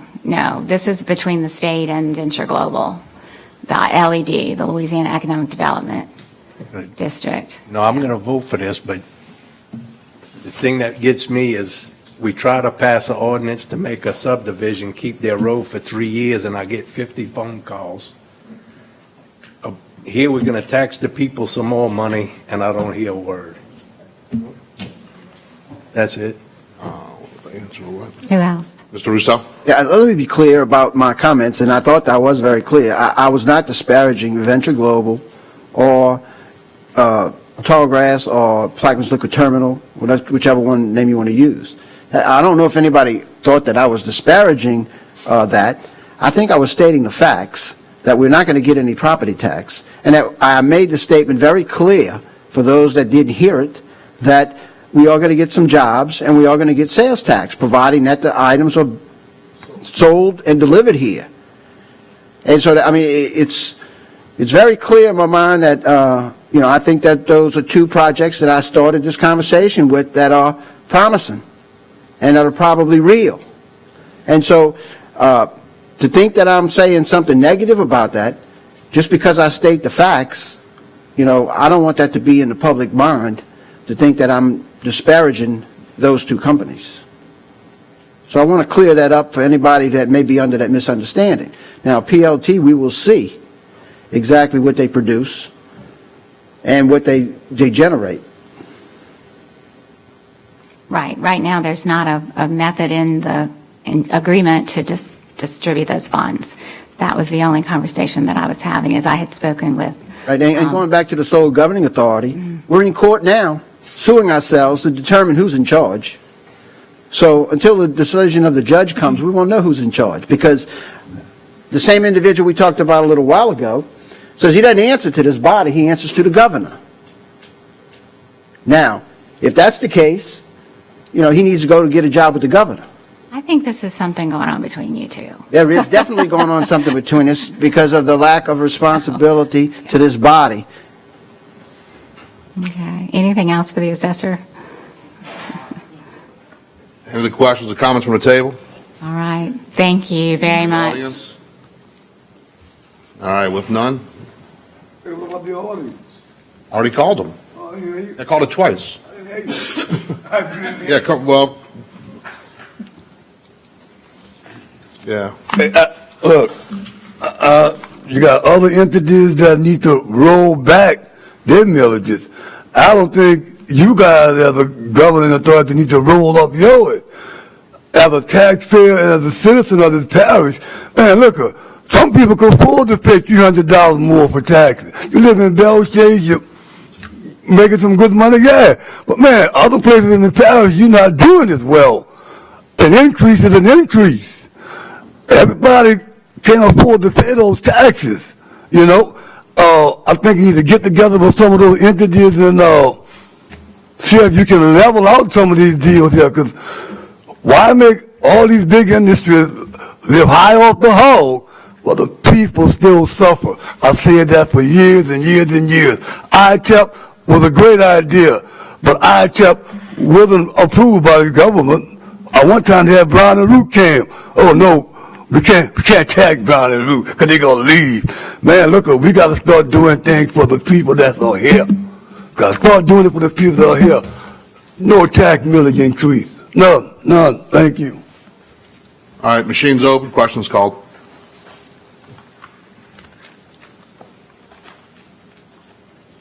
And it passes 7 with 1 nay from District 7. All right, let's request a council member Kognovich. Item C, please. 7C. I'd just like to get. I have a list of requests.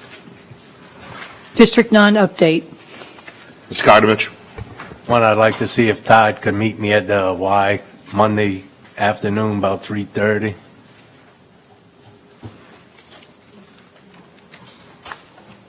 That's already been put on my schedule. All right. I'll be there, and the contractor that's currently working on the pool will be there. We're scheduled to be there Monday at 3 o'clock. All right, thank you. You're welcome. I'd like to get with Don sometime next week about the Burris and Venice boat harbors. And have Mr. Rocky DeCero had a brain cramp. He'd like to address the council.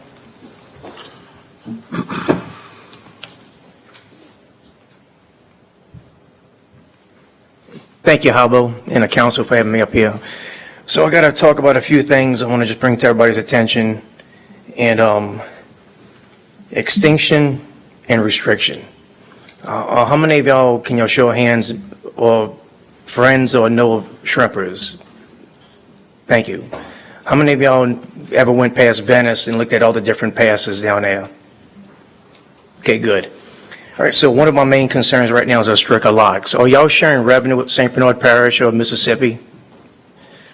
Whereas the boats on the west side go work the east side, they're not able to come back through our Stricker locks. And they haven't to unload in St. Bernard, past Christiana, Biloxi. That money's staying there. They're spending the money there, they're not bringing it back to the local parish on the west side. We got to figure out what we're going to do about those Stricker locks. They closed, they down, the boats can't even get through it. We'd like to bring that attention to y'all. We need to get it fixed quick. Every year I hear they're going to work on it. Who's the guy that works, who was here earlier?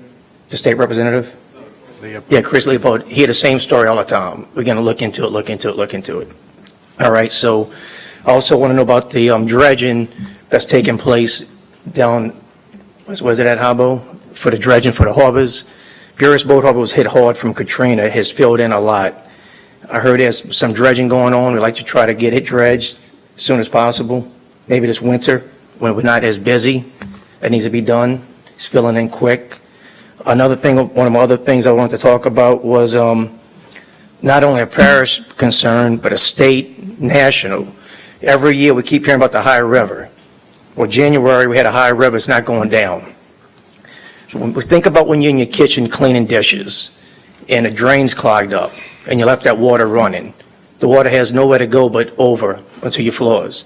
So as all these passes are filling in down the river, and there's a bunch of them, I can't explain which ones are what, but they're all filling in. Water from up north is not getting out into the Gulf quick enough, and it's backing up, causing other states now to flood. Maybe try to get with the colleges, LSU maybe, and try to get a study to find out if the passes being filled, can that be causing the High River? I don't want to hear about global warming and all that crap from Al Gore from a bunch of years ago. Let's figure out now, is the problems now? Every year it's getting higher and higher, so we have problems there. Okay, I had 4 things to talk about. Okay, thank you, Kurt, for calling a national disaster for the High River. We all know the Bonnie Caribbean opened twice. I'm for coastal restoration. I ain't for the diversion. But just to think about it. Charo, I have to stop you. I've been advised again by legal counsel. We have rules. Ms. Kardovich asked to have you moved on under his address. Was obviously, I didn't understand exactly what the presentation was about. Well, I can't allow things off the agenda to be discussed. Well, it was things concerning the shrimping industry. Well, that's what I'm here to I represent. understand. I'm going to have to ask Mr. Kardovich to put you on the agenda specifically to that, because we're getting into a realm of multitude of things. And before we get into a violation, if we haven't already, I've been advised by legal counsel to. Well, can I announce one more thing? You got 30 seconds. Okay. Now that you hit a declaration, the shrimpers need help. Maybe I can help everybody on their leases in the harbors. Give them a year off from paying. Try to help these guys out. Everybody's hurting right now from the High River. Brought that to y'all attention. I know y'all broke. I heard it. Y'all broke, but people are hurting down at the lower end of the parish. All right. Thank you. Thanks. All right. In the future, just make sure that if we have items on the agenda, they specified. Give them to the council secretary, please. And all right. With that said, we do have one more individual in the audience. Item F. Please do 7F.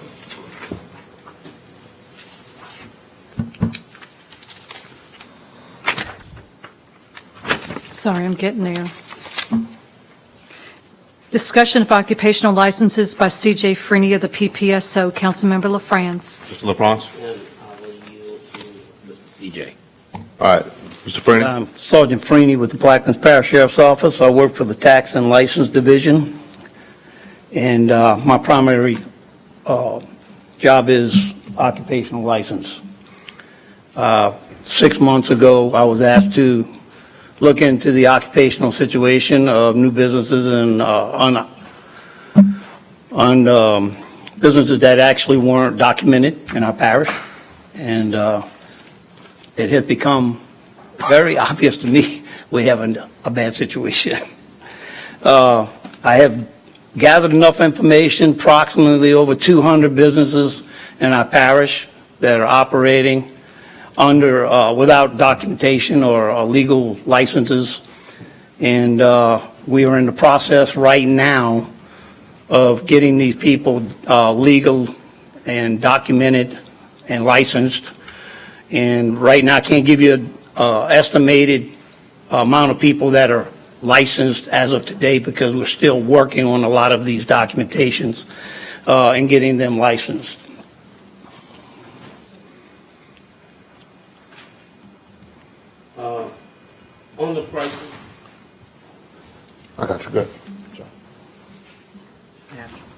I have it. How do we compare with other parishes for our fees? You're not even in the ballpark. Y'all are nowhere near what other people charge. And that's just based on information.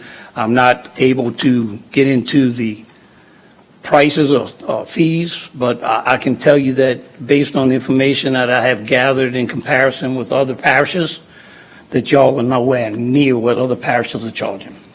Sergeant Freeney, Hold on one second, Mr. Blank. Mr. Blank. Sergeant Freeney, do you know what the fees are in our immediate neighbors to the north, like Jefferson and Orleans Parish, St. Bernard? I do, but I can't reflect on that because I don't work in the processing the taxes. I work in occupational license. I can't tell you what they charge. I do know, but I can't reflect on that. Got it. Because that's not my position. Edman had something? No? Does anybody know? Well, Mr. Bartholomew, What? you on the queue? Yeah, but he left. You took him off. You just missed him. Ms. Kargovich? That's all you found that was, didn't have licenses was 200? No, sir. There are a lot more undocumented businesses in this parish. I'm still receiving, every time I look into one, I find 3 more. If I look into 3, I find 6 more. There are a lot of undocumented businesses in our parish. I can't say how far back this goes.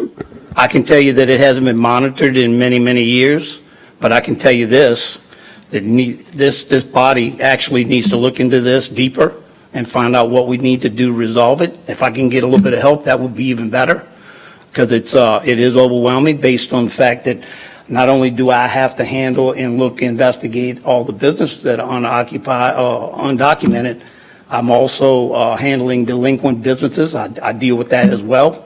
And I am constantly running from Venice to Plaquemine Parish, parish line, and East Bank as well. And I'm just one person, and I'm supposed to be a part-time employee working for you guys as well as I do work for the sheriff's office. So it's a little overwhelming at times. I'm getting the job done. Parish president knows we're getting these businesses documented, and they are coming in and filling out applications. But there are so many areas that are not looked at, and that we can gain revenue from all of this stuff. It just needs to be addressed by the body, and some things need to be addressed and changed so that we can actually generate funds from this. There are no fees for outside parish people that come in here. I'm going to stop there for a minute. What I'm trying to tell you is that just as an example, I go to the Venice Marina, ask them for all their information on the people that are operating out of that area. They come in and they give me the list. I got 6 people that are local. Everyone else from outside this parish, as far as North Carolina, South Carolina, Florida, you name it, Baton Rouge, everywhere else, they're in here, they're running businesses, being it lodging, charter fishing, or whatever the case. I have located many other businesses in my investigation. I found small engine repair businesses. I found marine electronic repair businesses. I found boat storage facilities that aren't being charged. They don't have a license to run a business. I mean, there are touring businesses. There are lodging businesses, charter fishermen, you name it. I can name them on and on and on. I'm finding lawn care businesses, 19 lawn care businesses in the last few months. I mean, it's just unbelievable. The list just goes on and on and on, and nobody's even monitoring this stuff. I've been charged to look into it, but I'm only one person, and I can only be scattered out only so I far. believe everything you say, because I was at the Velvet and listened to a charter fisherman tell me how bad it was down here, how the government didn't do nothing for them. And I asked him, who we not doing for? He said, the charter fishermen. And I asked him the same questions you asked him. If he had an occupational license, he said, no. I said, you got a lodge? I said, you got an occupational license for that? He said, no. I said, you feed them and give them alcohol? You got licenses for that? No. I said, so what are we supposed to do for you? Yeah. I said, I promised him then I was going to do something for him, and that's why I've been pushing for you to do this. I'm going to promise them they're going to have to get all these licenses. And aren't they supposed to be a fine that goes every day that they don't have the license? Well, the way I'm handling it now is that I actually followed a small program that the state, that Jefferson Parish actually implemented. What they do is they write them a warning citation. So they issued me some warning citation booklets. So what I do is that when I catch people, I'll issue them a warning citation. All this stuff is documented. And if that doesn't persuade them, then we send out letters telling them they have so many days to answer to the complaint, and if they don't handle it within a certain period of time, then they're subject to legal action. And if that doesn't work, then I can always write them a summons and make them come to court, and I got all my documentation because I gather my information prior to, and my files are very thick. I go before the judge, I write them a summons, they go before the judge and explain why they can't run their business or get their business in order. I mean, we have several avenues we can take to get this stuff done. It's just that I could use a little help. I could use a little help. So I'm not complaining by no means. Trust me, I'm getting it done. It's just that I could use a little more help. In Jefferson Parish, you mentioned, does the sheriff's office handle this, or do they have a code enforcement group within the parish government? Their code enforcement, well, let's step back one more time. Our code enforcement officer and me, as far as the sheriff's office and dealing with the occupational license, you're looking at the one person.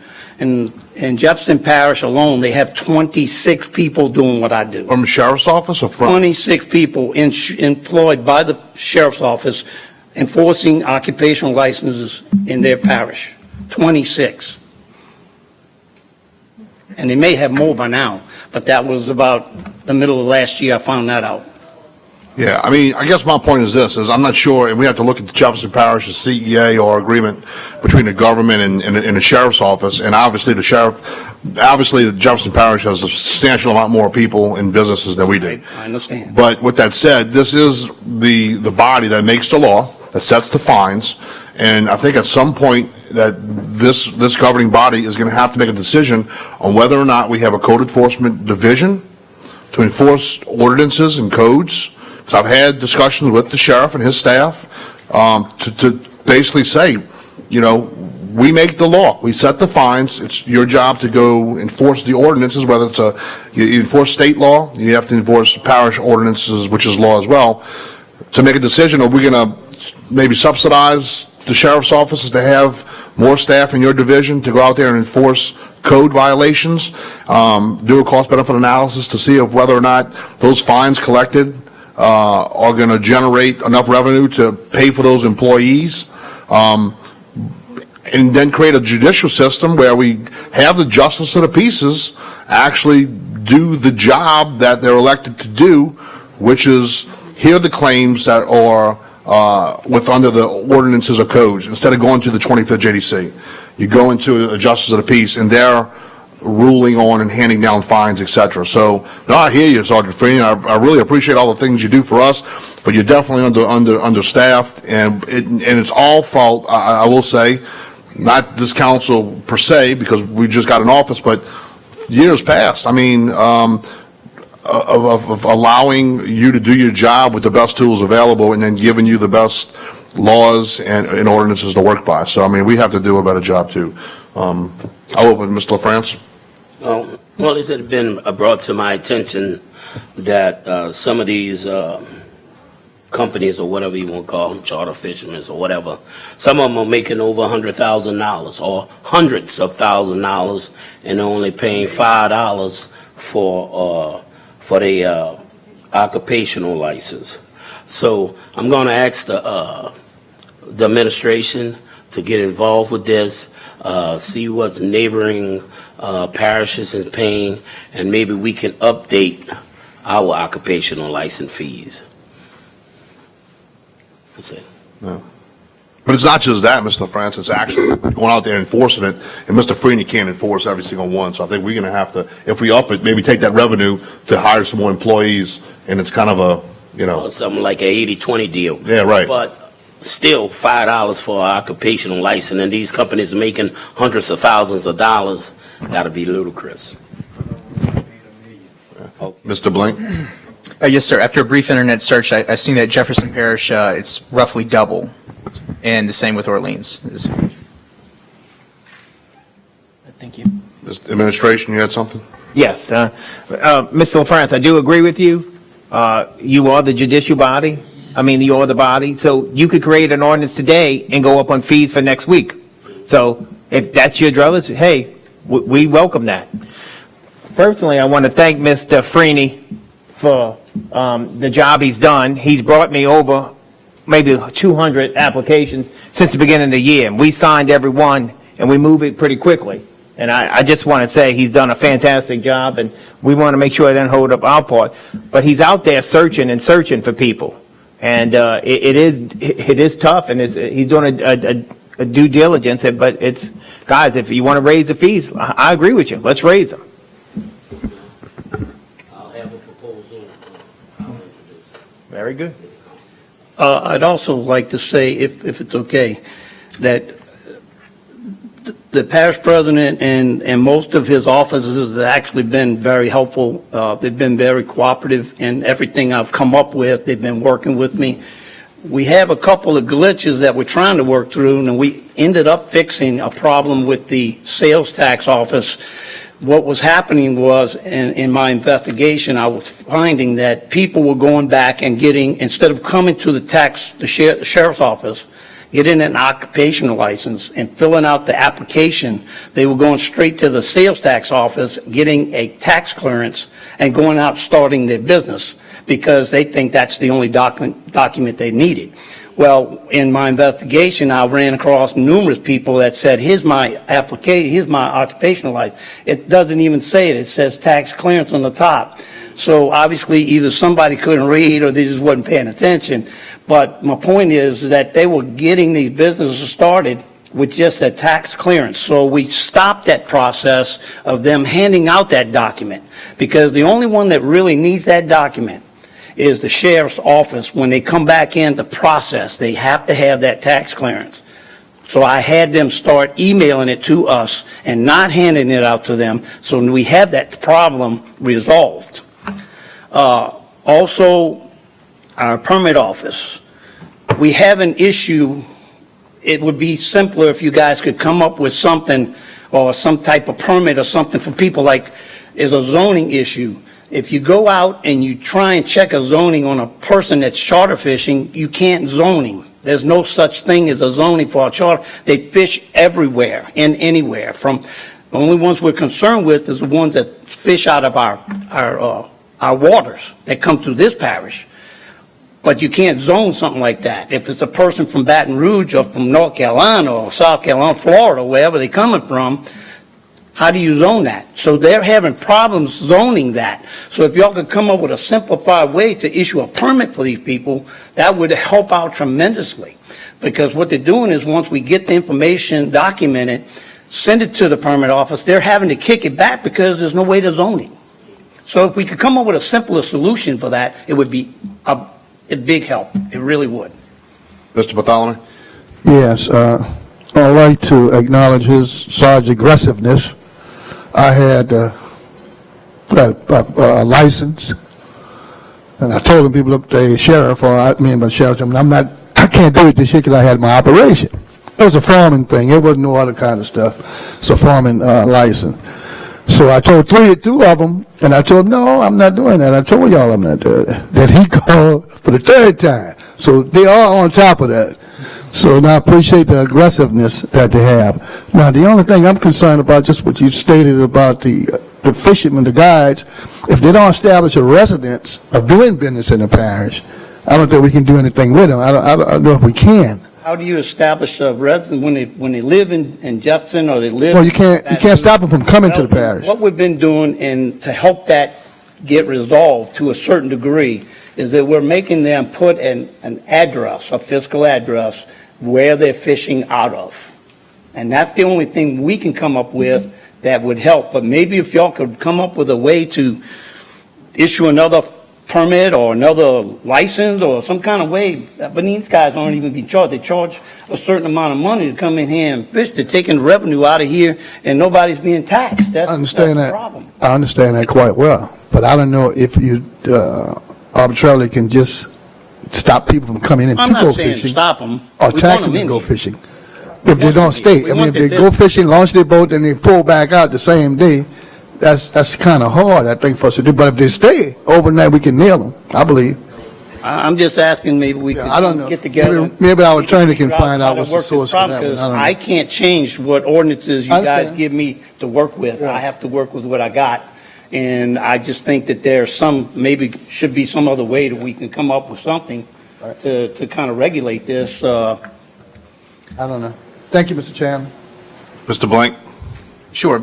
I just want to clarify before every charter fisherman in the parish jumps all over. I don't want to make anybody mad, by no means. I'm not. I'm just trying to resolve a problem we have and make it easy for them to come in and get their licenses without having to go through a zoning and all the paperwork getting kicked back to us.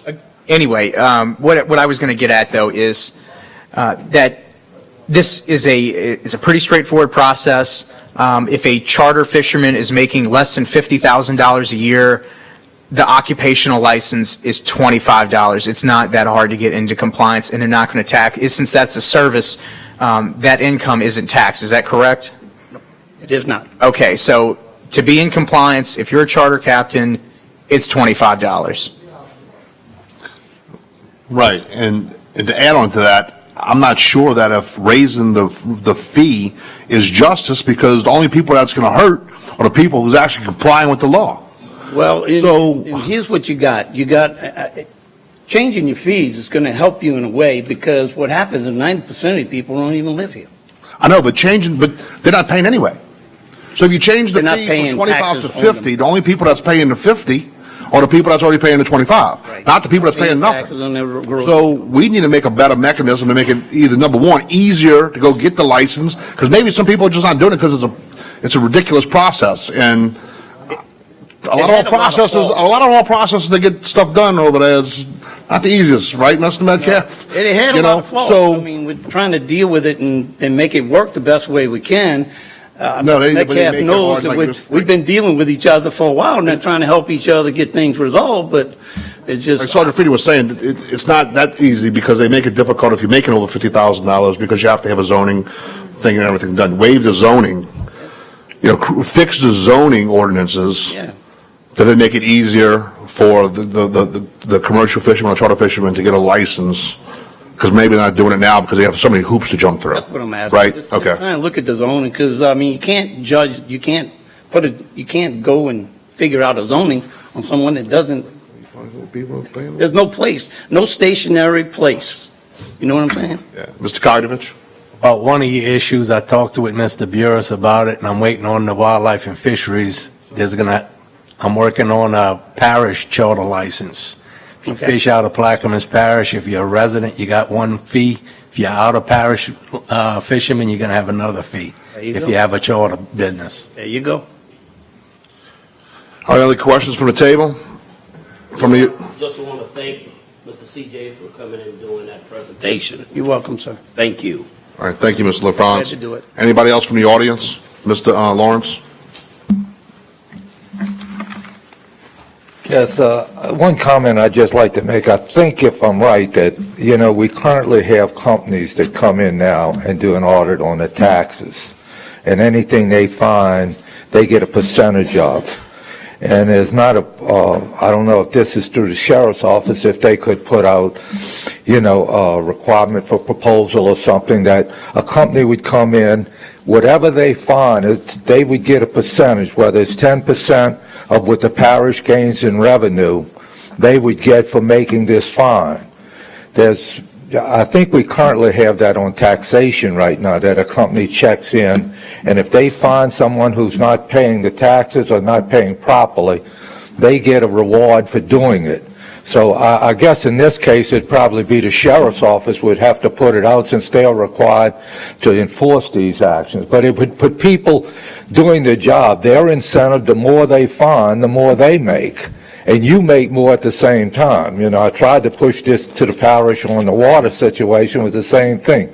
Companies coming in and checking who's not paying the water bills, what they should be if it's low, and everything else, and they would get a percentage of the fine. That didn't fly in this parish. and I don't know if this would fly on either, but it's just one idea to look. All right, thank you. And Sergeant Finney, I appreciate your time. Sorry I took so long to get to you. You go ahead. One more Your second, last please. word. I didn't want to hit on just charter fishermen. I want you to understand that. It wasn't nothing against the charter fishermen. I'm happy they're here. I'm glad to know that they're here. We do need their business. I'm finding houseboats, lodging of all types, cottages, condos, all these guys. None of these guys pay taxes. They don't have a license to begin with. They're running a business. They don't even live here. And they're renting out these cottages and places. They don't even pay taxes here. All they do is pay property tax. They don't pay nothing on what they earn a year on a yearly basis. So that's what I'm trying to say is this is the type of stuff I'm running into. And I just, I appreciate everything you guys are doing. Thank you for listening to me. I've been a resident here since I was 7 years old. I love this parish. I don't want to see nothing else happen to it. And I pray to God that maybe you guys can come up with a solution. Maybe I'll be happy to work with you in any way possible. Let's see if we can resolve this problem. We have a problem. Thank you, CJ. I appreciate it. Thank you. All right, let's get back to item 6. On behalf of Mr. Bartholomew, 682. Is that what you want? Deferred. Deferred, okay. All right, let's go vote on some stuff. 6A1. An ordinance by the Plaquemines Parish Council as and on behalf of the West Bank Levee District to acquire new perpetual flood protection levee flood wall easements. Hold on. You want to defer that one? I just want to, just have one thing to say. That, You got to read it, though. okay. Sorry, go ahead. New perpetual flood protection levee flood wall drainage ditch easements, new perpetual drainage ditch easements, and new temporary work area easements in certain portions of lands in Plaquemines Parish, Louisiana by donation, purchase, appropriation, and/or expropriation to construct the New Orleans to Venice NOV-NF-W-05A.1 Laura C. to Myrtle Grove, Plaquemines Parish, Louisiana for levee, flood wall, drainage, flood access, and hurricane protection purposes and otherwise to provide with respect thereto. Mr. LaFrance? Yes, I just want to say that I met with Alliance Refinery last... I'll second the discussion only. Okay. I met with Alliance Refinery last Friday, and they had realized the importance of this project, and they have wanted to be a team player in this project. So they are committed to our community, they are committed to our parish, and they are committed to donating the property.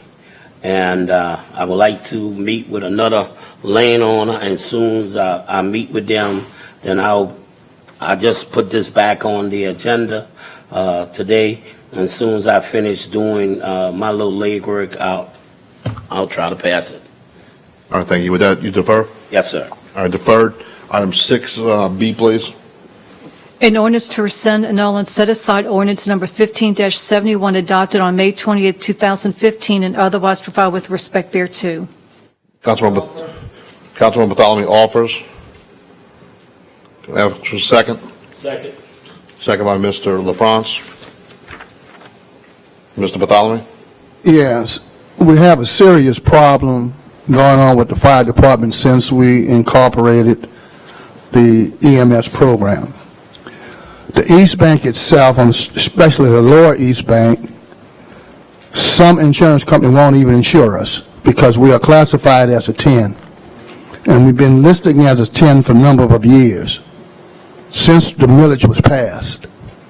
The tax was passed, not the millage, but the tax. I voted for the tax as an individual citizen to seek fire protection, and I've been paying taxes ever since, and I have yet to receive what I voted for because of us putting the EMS under the operation of the fire department. And Woodlawn Firehouse have been declared just about a disaster. A nuisance because it has infested rodents, mold, mildew, and it was scheduled to be replaced. And when we incorporated the EMS program, it fell to the wayside. We didn't have no money to build it. So it's a problem. I know this council not going to approve that, but I'm just lighting it, putting it out there, letting the public know exactly where we are. And if it was anywhere on this side in Belchese area, it wouldn't stand. it'd have been corrected expeditiously. But the other side to just go by every day. Now, we can't get fire protection. And that's sad, isn't it? You can't buy fire protection to protect your home because you're rating. That's actually sad. You know, but all this budgetary stuff came up because of the shortfall. Wasn't in the point that we didn't have a program. We had an EMS program. It still was intact, still intact as I see it, but they didn't have the funding. So we, as a council at the time, didn't have revenues to do it, and nor did we make any provisions in the future to put it back in his own department. We just let it stay with the fire. That messed up the east bank of the river. I don't know about the lower end because I didn't deal with that. But it did mess up the east side for fire protection. That all the taxes we paid, we didn't get any benefits of it at all. So all I'm saying is that we need to really make a change. You understand how the budget is? Understand just as well as anybody else. And I voted for it at first. I did, thinking it was only one year deal to bail us out and put it back in perspective. But it didn't happen, and it seems as though it's not going to happen. So, Mr. Chairman, if there is no questions, I'd like to call for a roll call vote, call for the question. Mr. Bartholomew, there has to be some debate before the question can be called for the rules. I'm just saying if there's no question. I think we have some. Yeah, Mr. Russo? Yeah, I'd like to know what the administration's position is on this particular ordinance.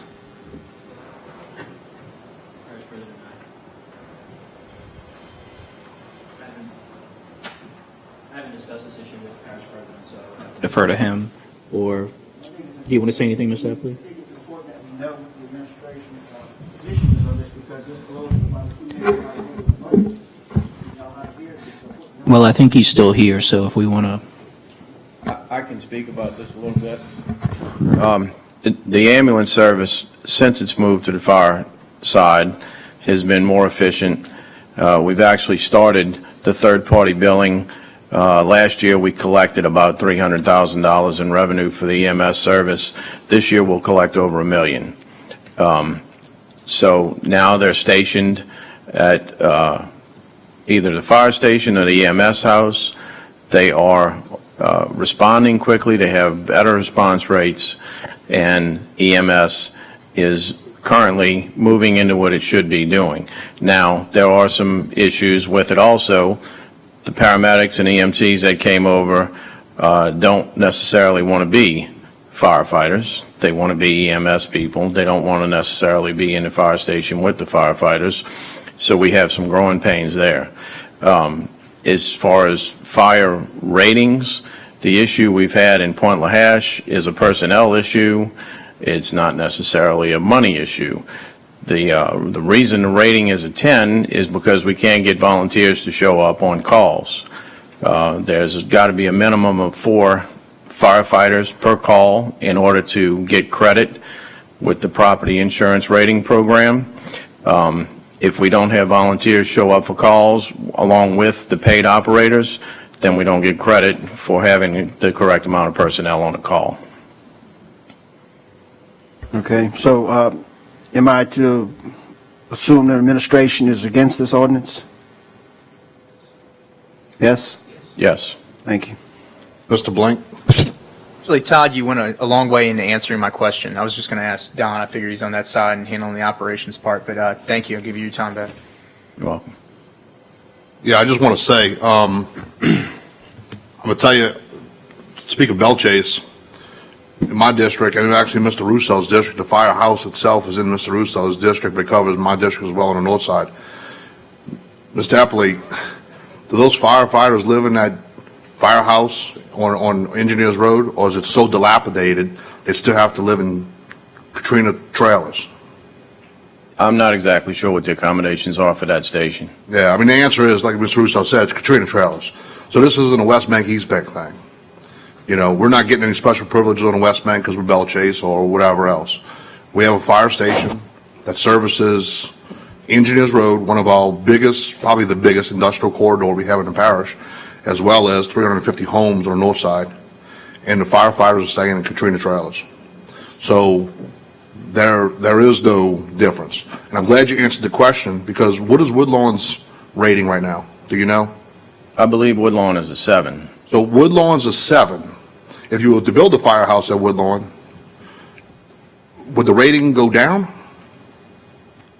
I don't know if it would have any effect on the rating. But I mean, that's something I can look into. would that affect, like, I'm not even going to ask you the question because you already said it.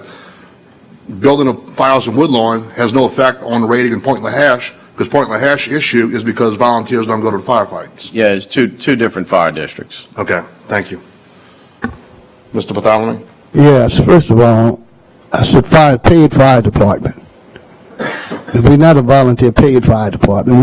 We passed a legislation to pay fire department to be on the site, at the site. Now, whatever adjustment needs to be made, that should have been made to make sure you have the 4 people at the site for fire, if that's what is required. That's why we pay the taxes. And the volunteer fire department does not run the fire department. We pay people to do that. That's the bottom line. You're paying them.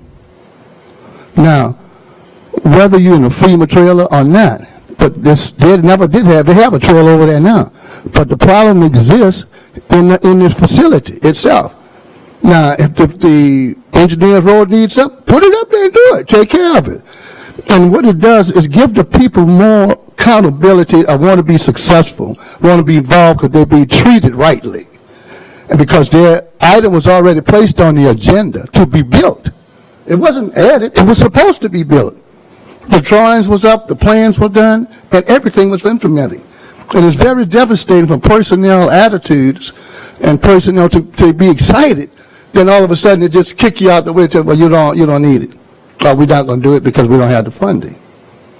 Now, the other thing is that we are totally concerned about everything. Not only do we need to have the firemen show up, we have other issues with the fire department that give us the negative. One, water lines.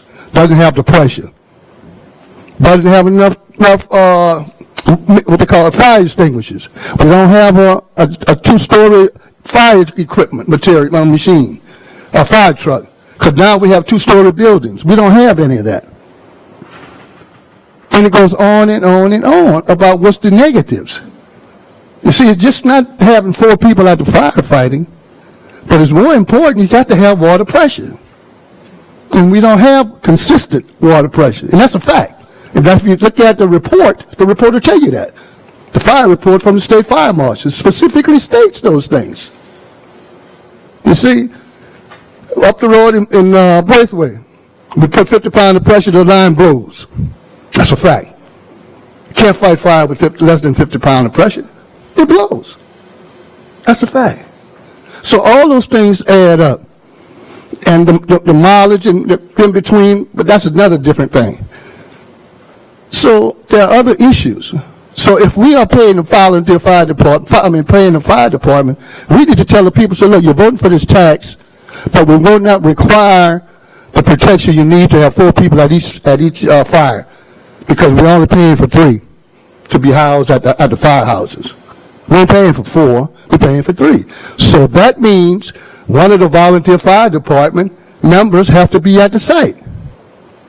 So how do you have to have a supportive fire unit, volunteer unit to do that. And I don't think we're as aggressive as we used to be before we came in with this millage, or this tax for paid fire department.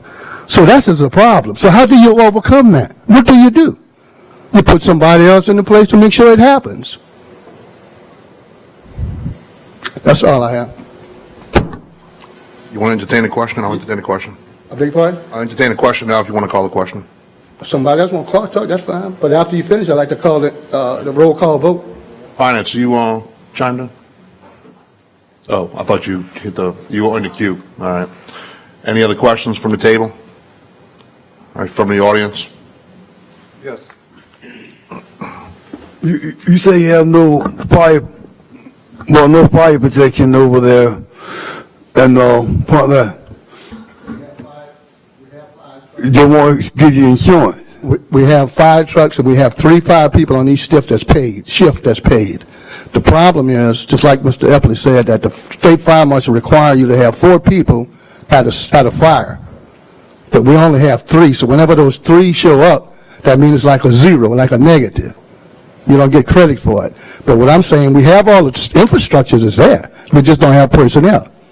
That phase of it. But there's other problems which you just alluded to after that. Oh, well, we have a government building coming up pretty soon there. Well, that's going to be insured? We all buildings are insured. But whether or not for the fire, I don't know. I think we I don't know if we. You don't need another fire there if you ain't got nothing to put it out, you know? I don't know if we pay the fire insurance, but I do know all our other insurance is self-insured. We put up money in the bond area and we cover ourselves. But whether the fire under that, I don't know. But it is a problem, I'm telling you. Well, the thing needs to be rectified, that's all. Yeah, you're right. I agree. All right, thank you. Question's been called. Machine is open for a vote. Roll call, please. You request a roll call vote? All right. Councilmember Bartholomew? Yeah. Councilmember Arbro? Councilmember Roussel? Councilmember Black? No. Councilmember Newberry? Councilmember LaFrance? Councilmember Blank? Councilmember Kognovich? And Councilmember Gui is absent. Can you reread? Can you give us the tally, please? Sure.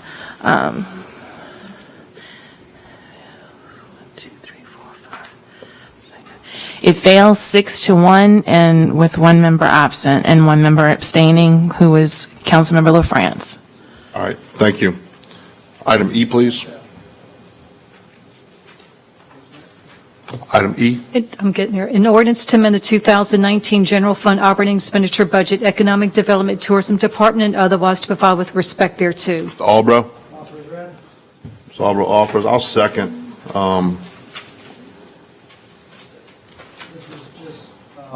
Moving some money around that's already in the budget in order to fund computer hardware and software for our Economic Development Director. Angie, is this only has to be done by ordinance because it's coming from salaries and wages into the operating budget? Yes. All right.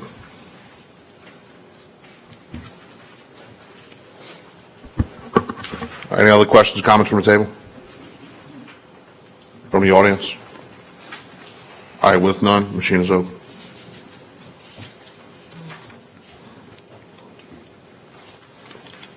It passes 7 yeas, 7 yeas, 1 nay from District 1, and 1 absent. Item H, please. An ordinance to amend the 5-year capital improvements plan for the LA Safe Harbor Refuge Project and otherwise to provide with respect thereto. Councilmember Blank. Offer. Offered, as read. Offer is read. Again, second. Second. Mr. Cognovich seconds. Mr. Blank. Certainly. This is a piece of legislation that allows us to accept about $4.7 million from the LA Safe program to build a harbor of refuge in Empire.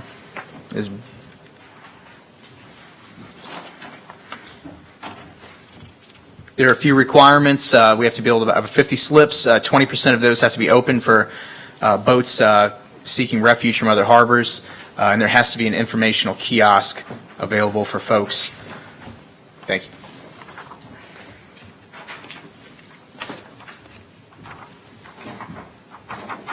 Mr. Bartholomew. Aye. Mr. LaFrance. What is the amount allowed for administrative fee on this project?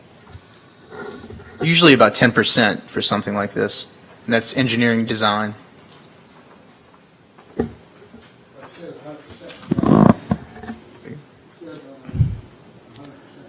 Paid from the grant. Yeah, that's true. This is at zero cost to Plaquemines Parish government. Right.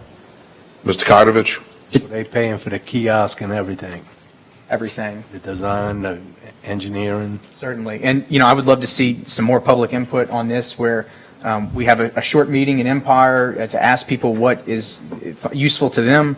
Hurricane pilings, so very tall pilings that allow vessels to rise with the hurricane storm surge and then come back down would be something, again, that's something that the folks there have identified. And the kiosk would have information on how to secure your boat in those type of conditions. Oftentimes, we have people coming into Empire, and the thing is, it's a receiving community for people from places like Honduras, Guatemala, Vietnam, Cambodia. So there's this need for that information, how to tie spring lines, that type of stuff to be translated into multiple languages so that fishing fleet can make it through a hurricane event.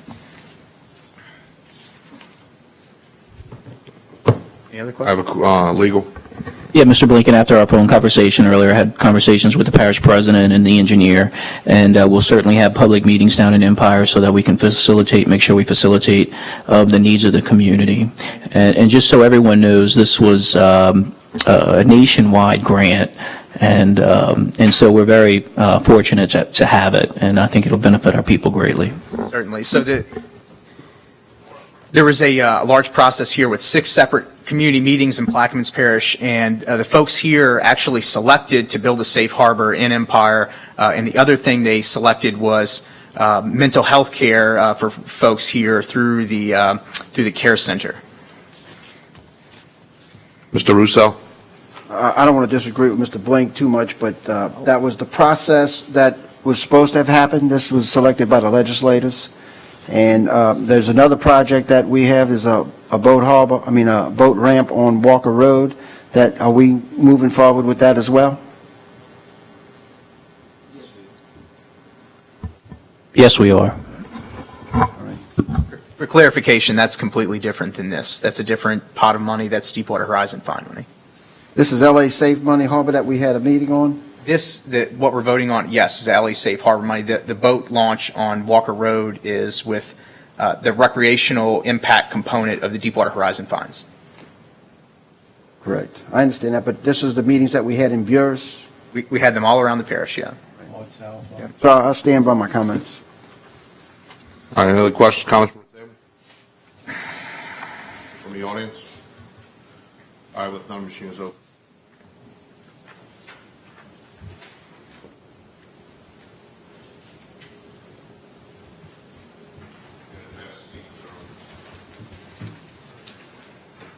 Sorry, my mic was off. All right. 7A1, please. Introduction resolutions where suspension is being sought. A resolution authorizing the parish president on behalf of the Plaquemines Parish government to name and accept a proposal of the Plaquemines Gazette as the official journal for the Plaquemines Parish Council and all of the political subdivisions and districts situated therein, of which the Plaquemines Parish Council is the governing authority. I'll offer suspension. Ask for a second. Second, Ms. Newberry. Basically, this is at the request of the administration. It's the same thing we did with the port to have the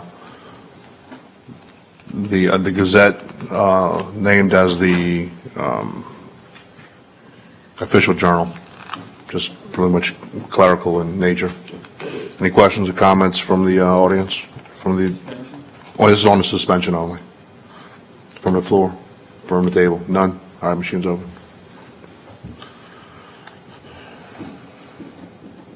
The suspension passes 8-0. Ms. Marcotte. A resolution authorizing the parish president on behalf of the Plaquemines Parish government to name and accept a proposal of the Plaquemines Gazette as the official journal for the Plaquemines Parish Council and all of the political subdivisions and districts situated therein, of which the Plaquemines Parish Council is the governing authority. I'll offer that for a second. Mr. Kognovich. It's as read. Mr. Russo. Yes, I ask this question every year of Mr. Benoit, and excuse me, Mr. Benoit's not here. Mr. Norris Babin. Are you going to give us a lower rate? No, sir? This is the maximum rate allowed by law, though, right? Okay. I always have to negotiate. Thank you very much for the answer. Hold on.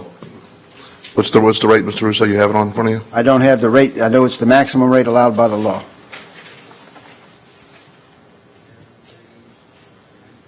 We can't, if you, sorry, Norris. You're good. We'll get it to you. No, all right. Any other questions? They have an occupational license. Mr. France wants to know. if you have an occupational license. All right, no other questions from the table, from the audience? All right, with none? I'm sure this will be printed accurately, right, Jason? And it passes 8-0.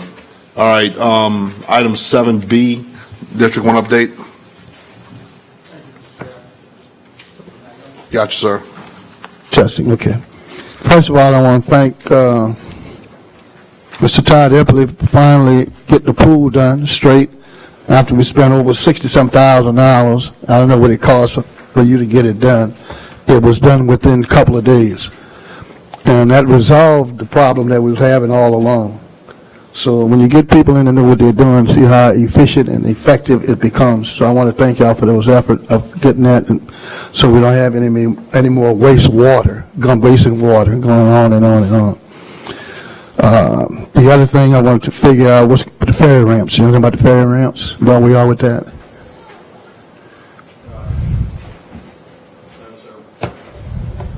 Haven't made any progress on the ferry ramps. That's part of the engineering design that's coming up. We still have to offer a resolution for the match for the money that we need to get to do the engineering design for the ramps. Well, I think we need to do that. If y'all can get the legal department to do that, and whenever we can submit it, we vote and see if the funding becomes available. We need to move forward. I think we're still waiting on the paperwork to come back from the state. Okay. We've signed the entity state agreement with them to get that paperwork, and as soon as we get that, we'll get the resolution. State is holding us ordinance up. drawn up. Okay. What about the location? Are we still going to move in the same location, or will we move to the other location? We were going to address that during the engineering design portion of it, just so we could get some ideas on cost and have an idea what it would cost to keep it in the same place versus what it would cost to move it to a different location. So y'all, you just being open to whatever is the best scenario possible place to put it. Okay. Courthouse employees. We're going to need some personnel down there. We're going to need a couple of custodial personnel and also maintenance personnel. And I think and also security. Those are three areas I think we need to start moving in a direction to come up with some kind of plan, since it's going to involve some monies from this council to put these things into perspective. And I don't think we should wait the last minute to get them in 2 weeks before or 3 weeks before, and see what can be done, if anything can be done, budgetary-wise. But at least bring it before the table. If you don't mind, bring it up here. Let us see what we got to deal with. Sure. Okay. And all the other things, it's going pretty well. The courthouse is moving right along. The hole up is the Mississippi River. We had a discussion on the generator, and the reason the contractor said that he haven't received the initial contract from the administration to proceed to buy the generator, because I think the generator have to be designed. You just can't go pick it off the shelf. You have to design. That's what they were calling and telling me about. That's the issues that they have, because they can hold it, the price, because they're going to be purchasing it. They're going to buy it up front and have the storage. Go ahead. I can speak about that. All right, go ahead. So in the meeting with the engineer and the contractor last week, we talked about the generator. The problem we have with the generator is we don't know when the river's going to go down, when we can actually drive piles to build the platform for the generator, and we can't get a vendor that wants to give us a price now that they'll guarantee until August or September or October. For the generator? For the generator and for the work for the platform for the generator. So the plan at this point is, when we know the river's going to go down to where we can actually do the work, we're going to solicit bids for the generator and the platform and do the change order at that time. See, that's the problem. The guy was stating, the contract stated they didn't have a problem. They couldn't guarantee it. Once they buy it, they own it. In order to construct, I'm just saying what he said. I'm talking about what y'all mean. I'm just saying what he said. If he gets the contract from us to go ahead and move forward for the purchase of the generator, that's what it's going to cost. And to get it designed. Now, I know how long it takes to get that thing designed, the generator designed, so that should be in concern about that as well. because we would like to make sure we have it when it's open, to have everything in place. And I'm sure we're not going to move until till the river do go down so we can finish all what needs to be finished. The generator won't be in place when we open the courthouse. How long will it take to get it done, you know? I do not know. Yeah, well, we could try to get the contractor to give us a price, a figure on that. How many months, or a year, half a year, or whatever, I don't know. I will. So whatever we do with them to move forward. That's all I have, just on those suggestions that maybe get back with, let me know what our comments on those. Thank you very much. Thanks. Mr. LaFrance, District 7 update. Yes, I was told about Post Suffolk Library that they was going to hold the company in default. Yes, sir. Yeah, we had several meetings. We basically received a letter from the contractor saying that they were having some serious financial issues and concerns. We received a change order. We had those change orders reviewed by our architects, and we find that they were in default. They received a notice. We've also been working with the bond companies. The payment bonds, there were several liens placed on the project, and so the bonding company has started making some payments on those liens, and we have a meeting, I believe, on the 16th with the bonding company, the representative from California, and also their attorney to discuss the performance bond issue, and it'll be up to the bonding company to determine whether or not they're going to use the existing contractor with supervision or whether or not they're going to go another route. So that is the next step. The area has been secured. I can't answer that question. I'm not down there. I've been working with the attorneys and working the legal end of it, but I just don't have that answer for you, sorry. What I'm concerned about, if there's any material or anything that's not protected, is the parish going to be liable for it since we held them in default, or is the bonding company going to be held? No, sir. The bonding company will be liable up to the bond amount, which would have been what the project was bid for. And obviously, our goal is to make sure that we can complete the project within that bond amount. So who held them in default? Was it? The parish government did. The parish government held them in default. Okay. All right. And that's necessary. Otherwise, we risk getting the bond company to step in and do what they need to do. So we analyzed everything as best we could to see if we could make it work.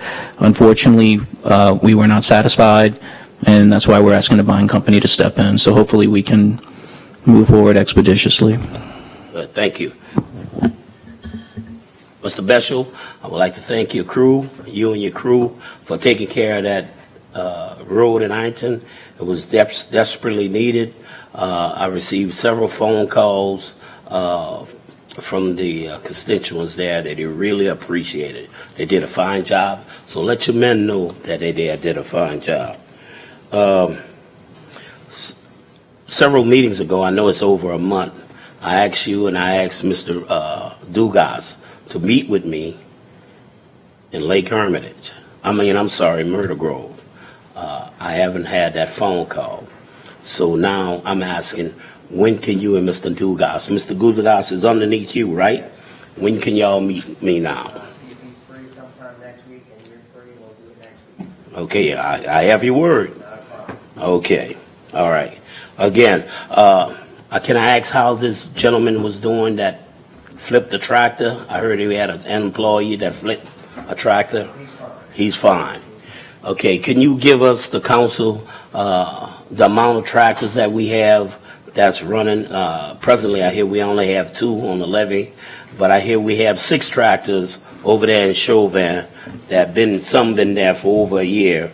You know, we need to know what we're going to do with the equipment, because 2 tractors on the levee on the southern end, it's not going to do it. Can you give us an update? I know you probably don't know how many is running and how many is working. That's a moving target. Right. Every day is different. Sometimes we have one fixed and the next one goes down. Every department is exactly the same that I have. Currently, we probably have about 14 tractors running right now throughout the parish. 3 or 4 of those are the ditch bank cutters.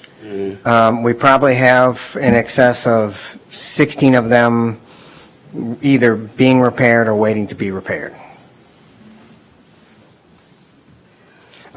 The employees are busy, but, we only have 22 employees, so, between the small lawnmowers, the weed eating, and with the larger tractors, everybody's busy. Well, that's a lot of levy that we have to cut, and the parish we're getting ready to adopt some more levies, and that project that I just deferred, that's 2 levies that we're going to have to maintain. I know a lot of people pushing me to go forward with that project, but until I have all the answers, I'm not going forward with it. I just want to let the council know that there was constituents behind the wall in Wood Park that asked me about a question about a ditch, that they want to dig a 4-foot ditch on a 3-to-1, so that would be 12 foot on the right side, 12 foot on the left side. So that's a 24-foot ditch. So that's a canal, what I considered. But anyway, they called me in, and I went meet with the Corps of Engineers at Wood Park. And when I went there to get some information, they asked me to leave. And I wasn't rude. I just went there to get information, and I was asked to leave. So now, anytime I deal with the Corps of Engineers, I want questions answered before I move with any projects. Good. Thank you for allowing me to speak. Thank you. I think Ms. Newberry has something. I did. Can you hear me? Mr. Beschel, it's a very common practice that our tractors are always down. Is that negligence on the employees, or is the tractors just being run every day, wear and tear? Wear and tear. They're old. Okay.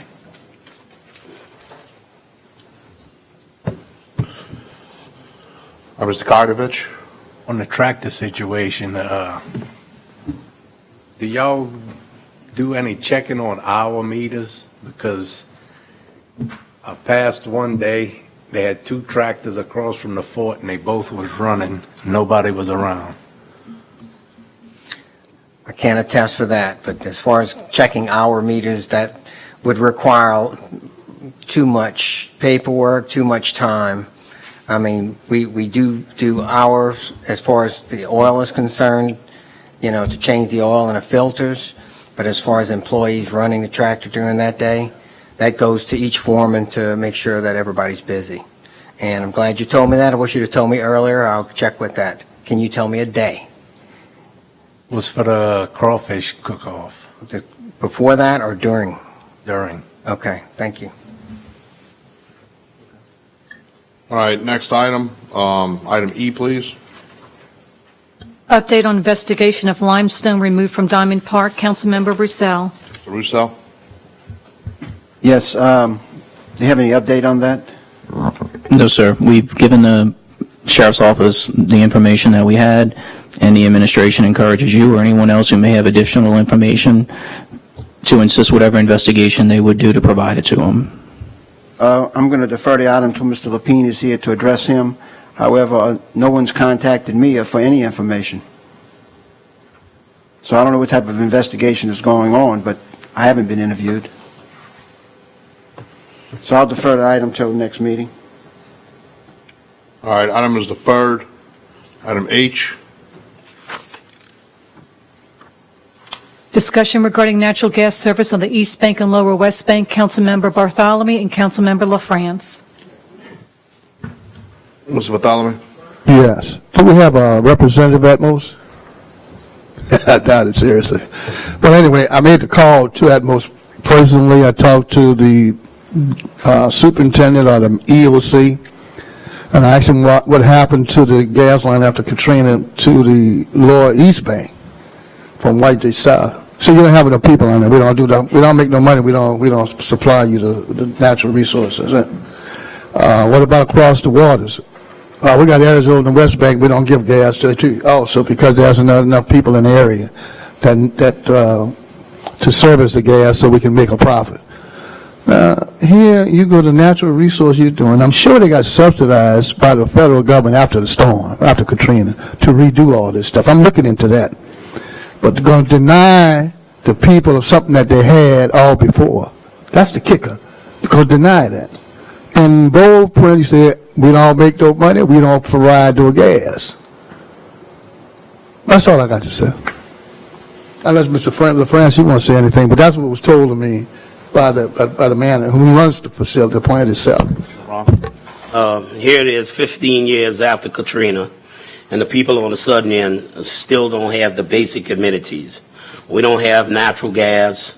We don't have cable vision or whatever, in which I will let you know that I contacted several companies about providing cable vision for us on the southern end of the parish, because DirecTV is killing us, and our internet is poor, very, very poor.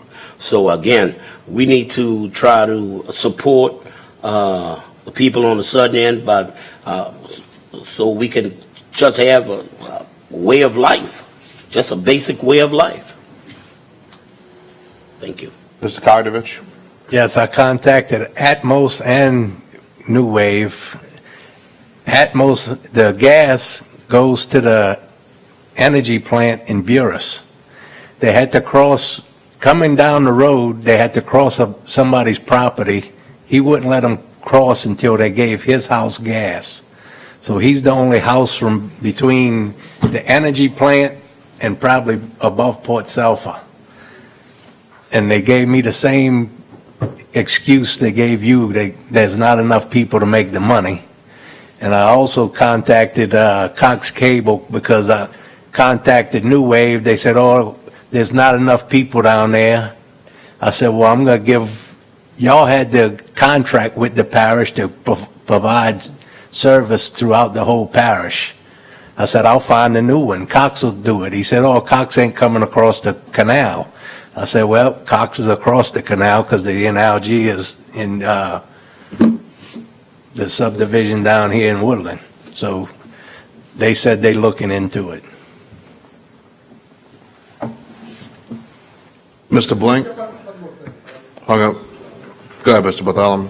The other thing, Don, you get what those New Wave and Entity, because those anchors that hold the guidelines, they don't have the wire on those things. That's how a lot of tractors get messed up, the tires and stuff blow, because you can't even see those things in the grass. That happened to me, and that's how I'm telling you. And I called Entergy about that. They told me that's not their anchor.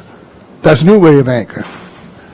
So, so now I got to deal with that because I messed up my bush hog and it blew the seal.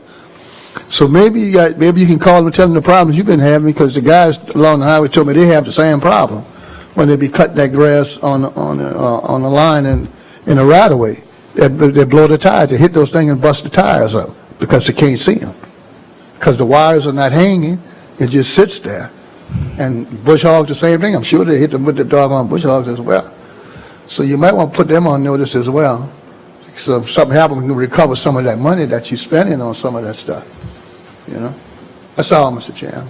Mr. Blank? Yes, sir. Before I even took office, I started looking into this. What's going on is I called New Wave, and it's just not economically feasible. There's not enough people in the lower southern end of the parish to make it make sense for them. It's $37,000 a mile to string cable TV. That and the industry trends that people are going towards. They're getting away from cable. They're moving towards internet-based ways of watching TV, Netflix, Hulu, that type of thing. Helmers is working on doing some research and finding some rural broadband grants. So, I mean, I think that the administration is working on this already, and I'm happy to give my time and talk with y'all more about that with Helmers and loop him in. Mr. Helmers is currently, that's correct, looking at rural grants that he thinks we absolutely would qualify to provide that service to our lower residents. Mr. Chairman, I do want to mention that I think once again we're probably going beyond the scope of the public meeting laws, especially since we're mentioning specific companies who do not have notice that they are going to be discussed at this meeting on the agenda. So once again, I'd like to remind you all that I think discussions are going beyond the scope of the agenda. All right, I've asked Mr. Garrett to do, maybe you can do the same, maybe you can do a joint email or notification, just to educate us on the open meetings laws and give us it makes my job a lot easier. I'm not the only guy out here yelling and screaming at other people. So if you don't mind doing that for me. Mr. Albro, do you have anything? Just if y'all could include me in that on the cable discussion, because I do know of at least one neighborhood in my district that that also doesn't have all the services. All right, Mr. Bartholomew. Yes, Mr. Beers, would you include the East Bank on that? East Bank on what, sir? Just what you just said a few minutes ago.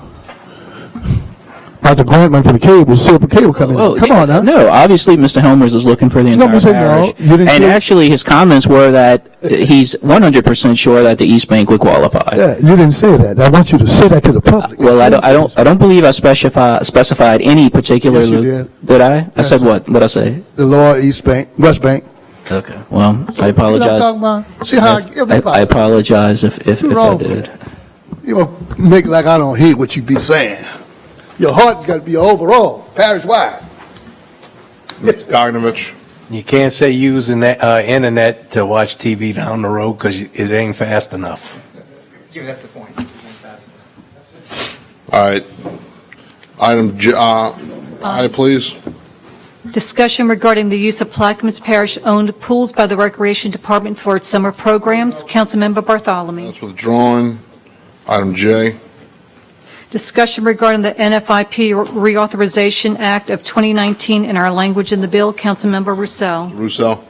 Yes, I was going to ask the administration if they could update us on the meeting that they held with the coordinating officer May the 9th of 2018, and then I'll have some comments.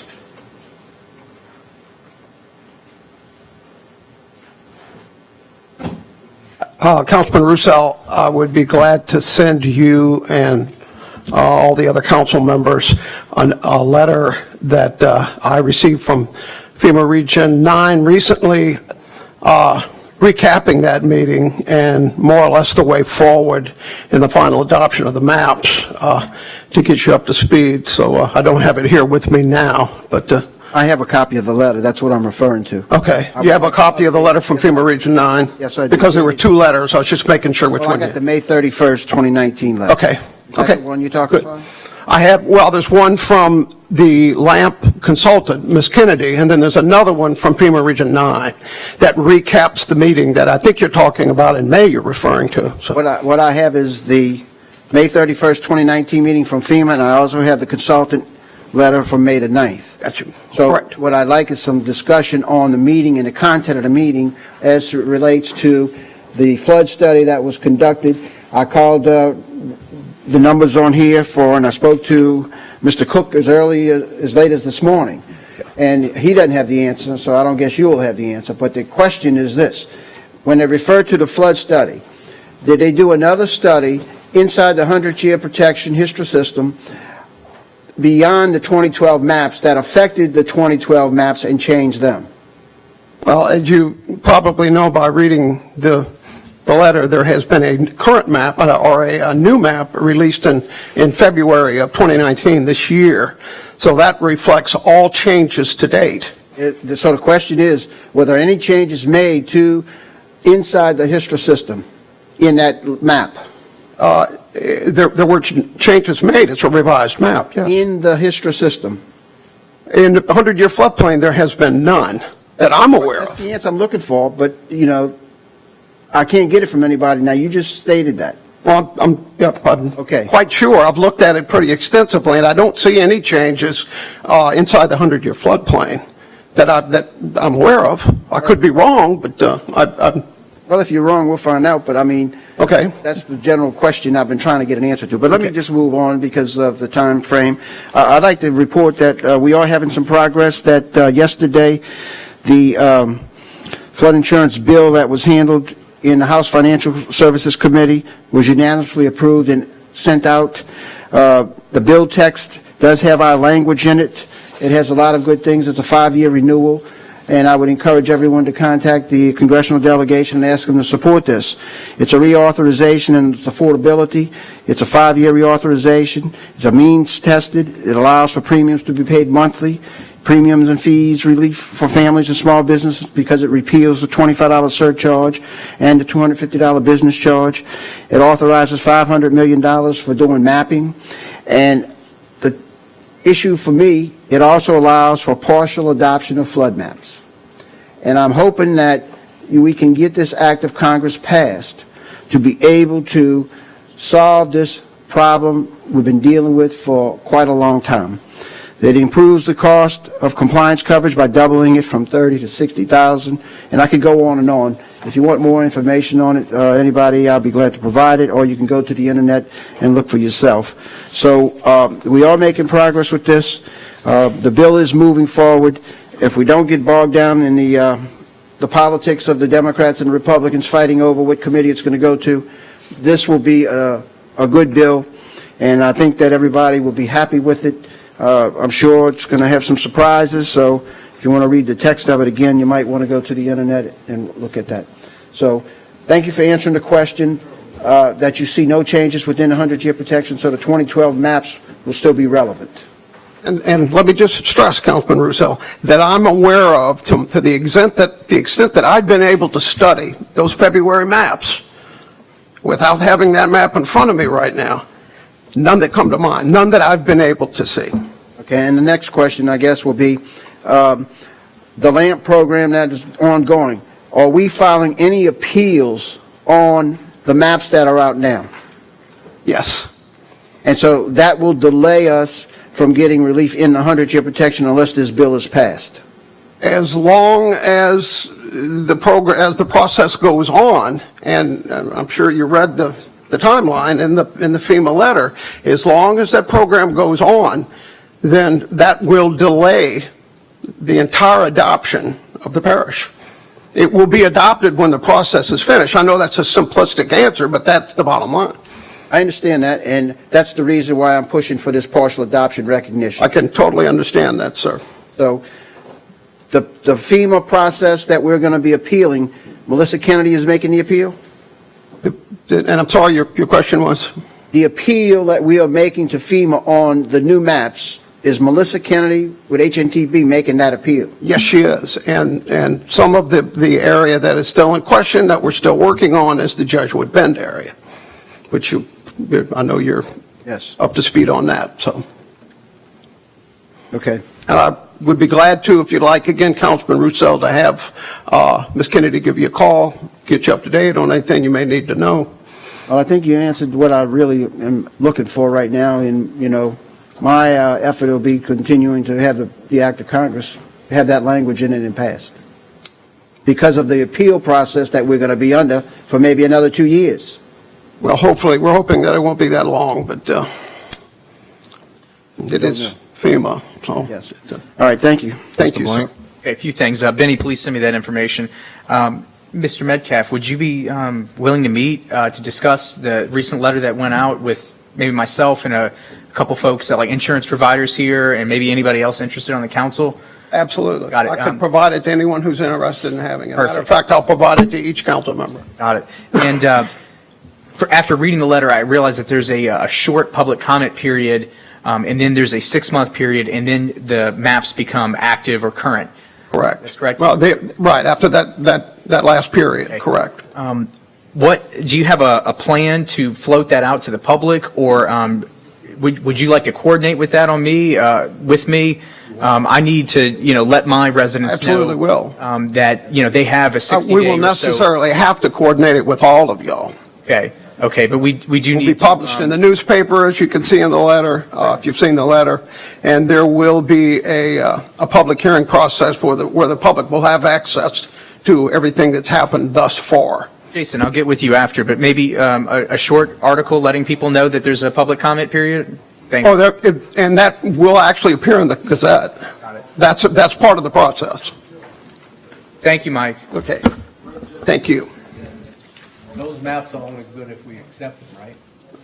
I'm sorry, Councilman? The new flood maps, they only good if we accept them. Well, there will come a day when we don't have any choice, but if we want to continue our participation in the NFIP program as a community, we'll have to accept them. So what this whole process has been about for the last, 4 years in particular, has been trying to get the absolute optimal map that we possibly can, thus our participation in the LAMP program. So we're trying to get what's best for our community. I know I went to the meetings years ago, and they said like Phoenix was something like 21 feet off the ground you had to build, and I asked them who was going to pay for the lights. 'Cause the planes will be hitting the houses once. There are some, as everyone knows who's had a chance to look at the new maps, there are some huge leaps in elevation. We have elevations that were B zones, which were formerly not even part of the special flood hazard area. They weren't considered flood zones at all. What the insurance folks call premium rate zones that are now, 17, 18, 19 feet. So it's Don't want to belabor it, but in the proposed changes, the base flood elevation of Empire, say, would go from plus 3.5 or 4.5 to 14 feet. Yes. Or 13 feet. And So it it's a will significant also, increase. won't be in an A classification anymore. It'll actually turn into velocity zones, V zones. So that will greatly affect insurance rates in those areas. Aren't we already a V zone? Yeah, well, some of them are, but some of them, we have areas down there that are actually, again, East Bank and West Bank, that are 18 inches, that are like, 18 feet in the new map. So that's the purpose of the whole participation in the program, is try to get the optimal map, the most realistic map for future development and insurance that we can. All right. Mr. Bartholomew? All that infrastructure going up causing us to elevate. We think FEMA would put some money in infrastructure, like fire departments and stuff like that. Since we got to be responsible to serve the people, the public. So maybe you need to plug that in. How do we do that? I'm just being, Councilman, I don't know if I can answer that question. I'm just kidding. All right, item 8, please. Approval of the minutes, for the May 23rd, 2019 council meeting. Calling office, second by Mr. LaFrance. Any questions, comments? Machine's open.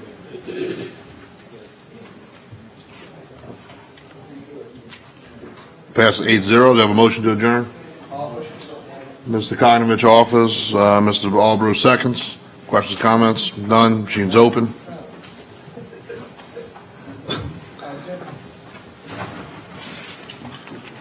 Pass 8-0. Meeting is adjourned at 5 p.m.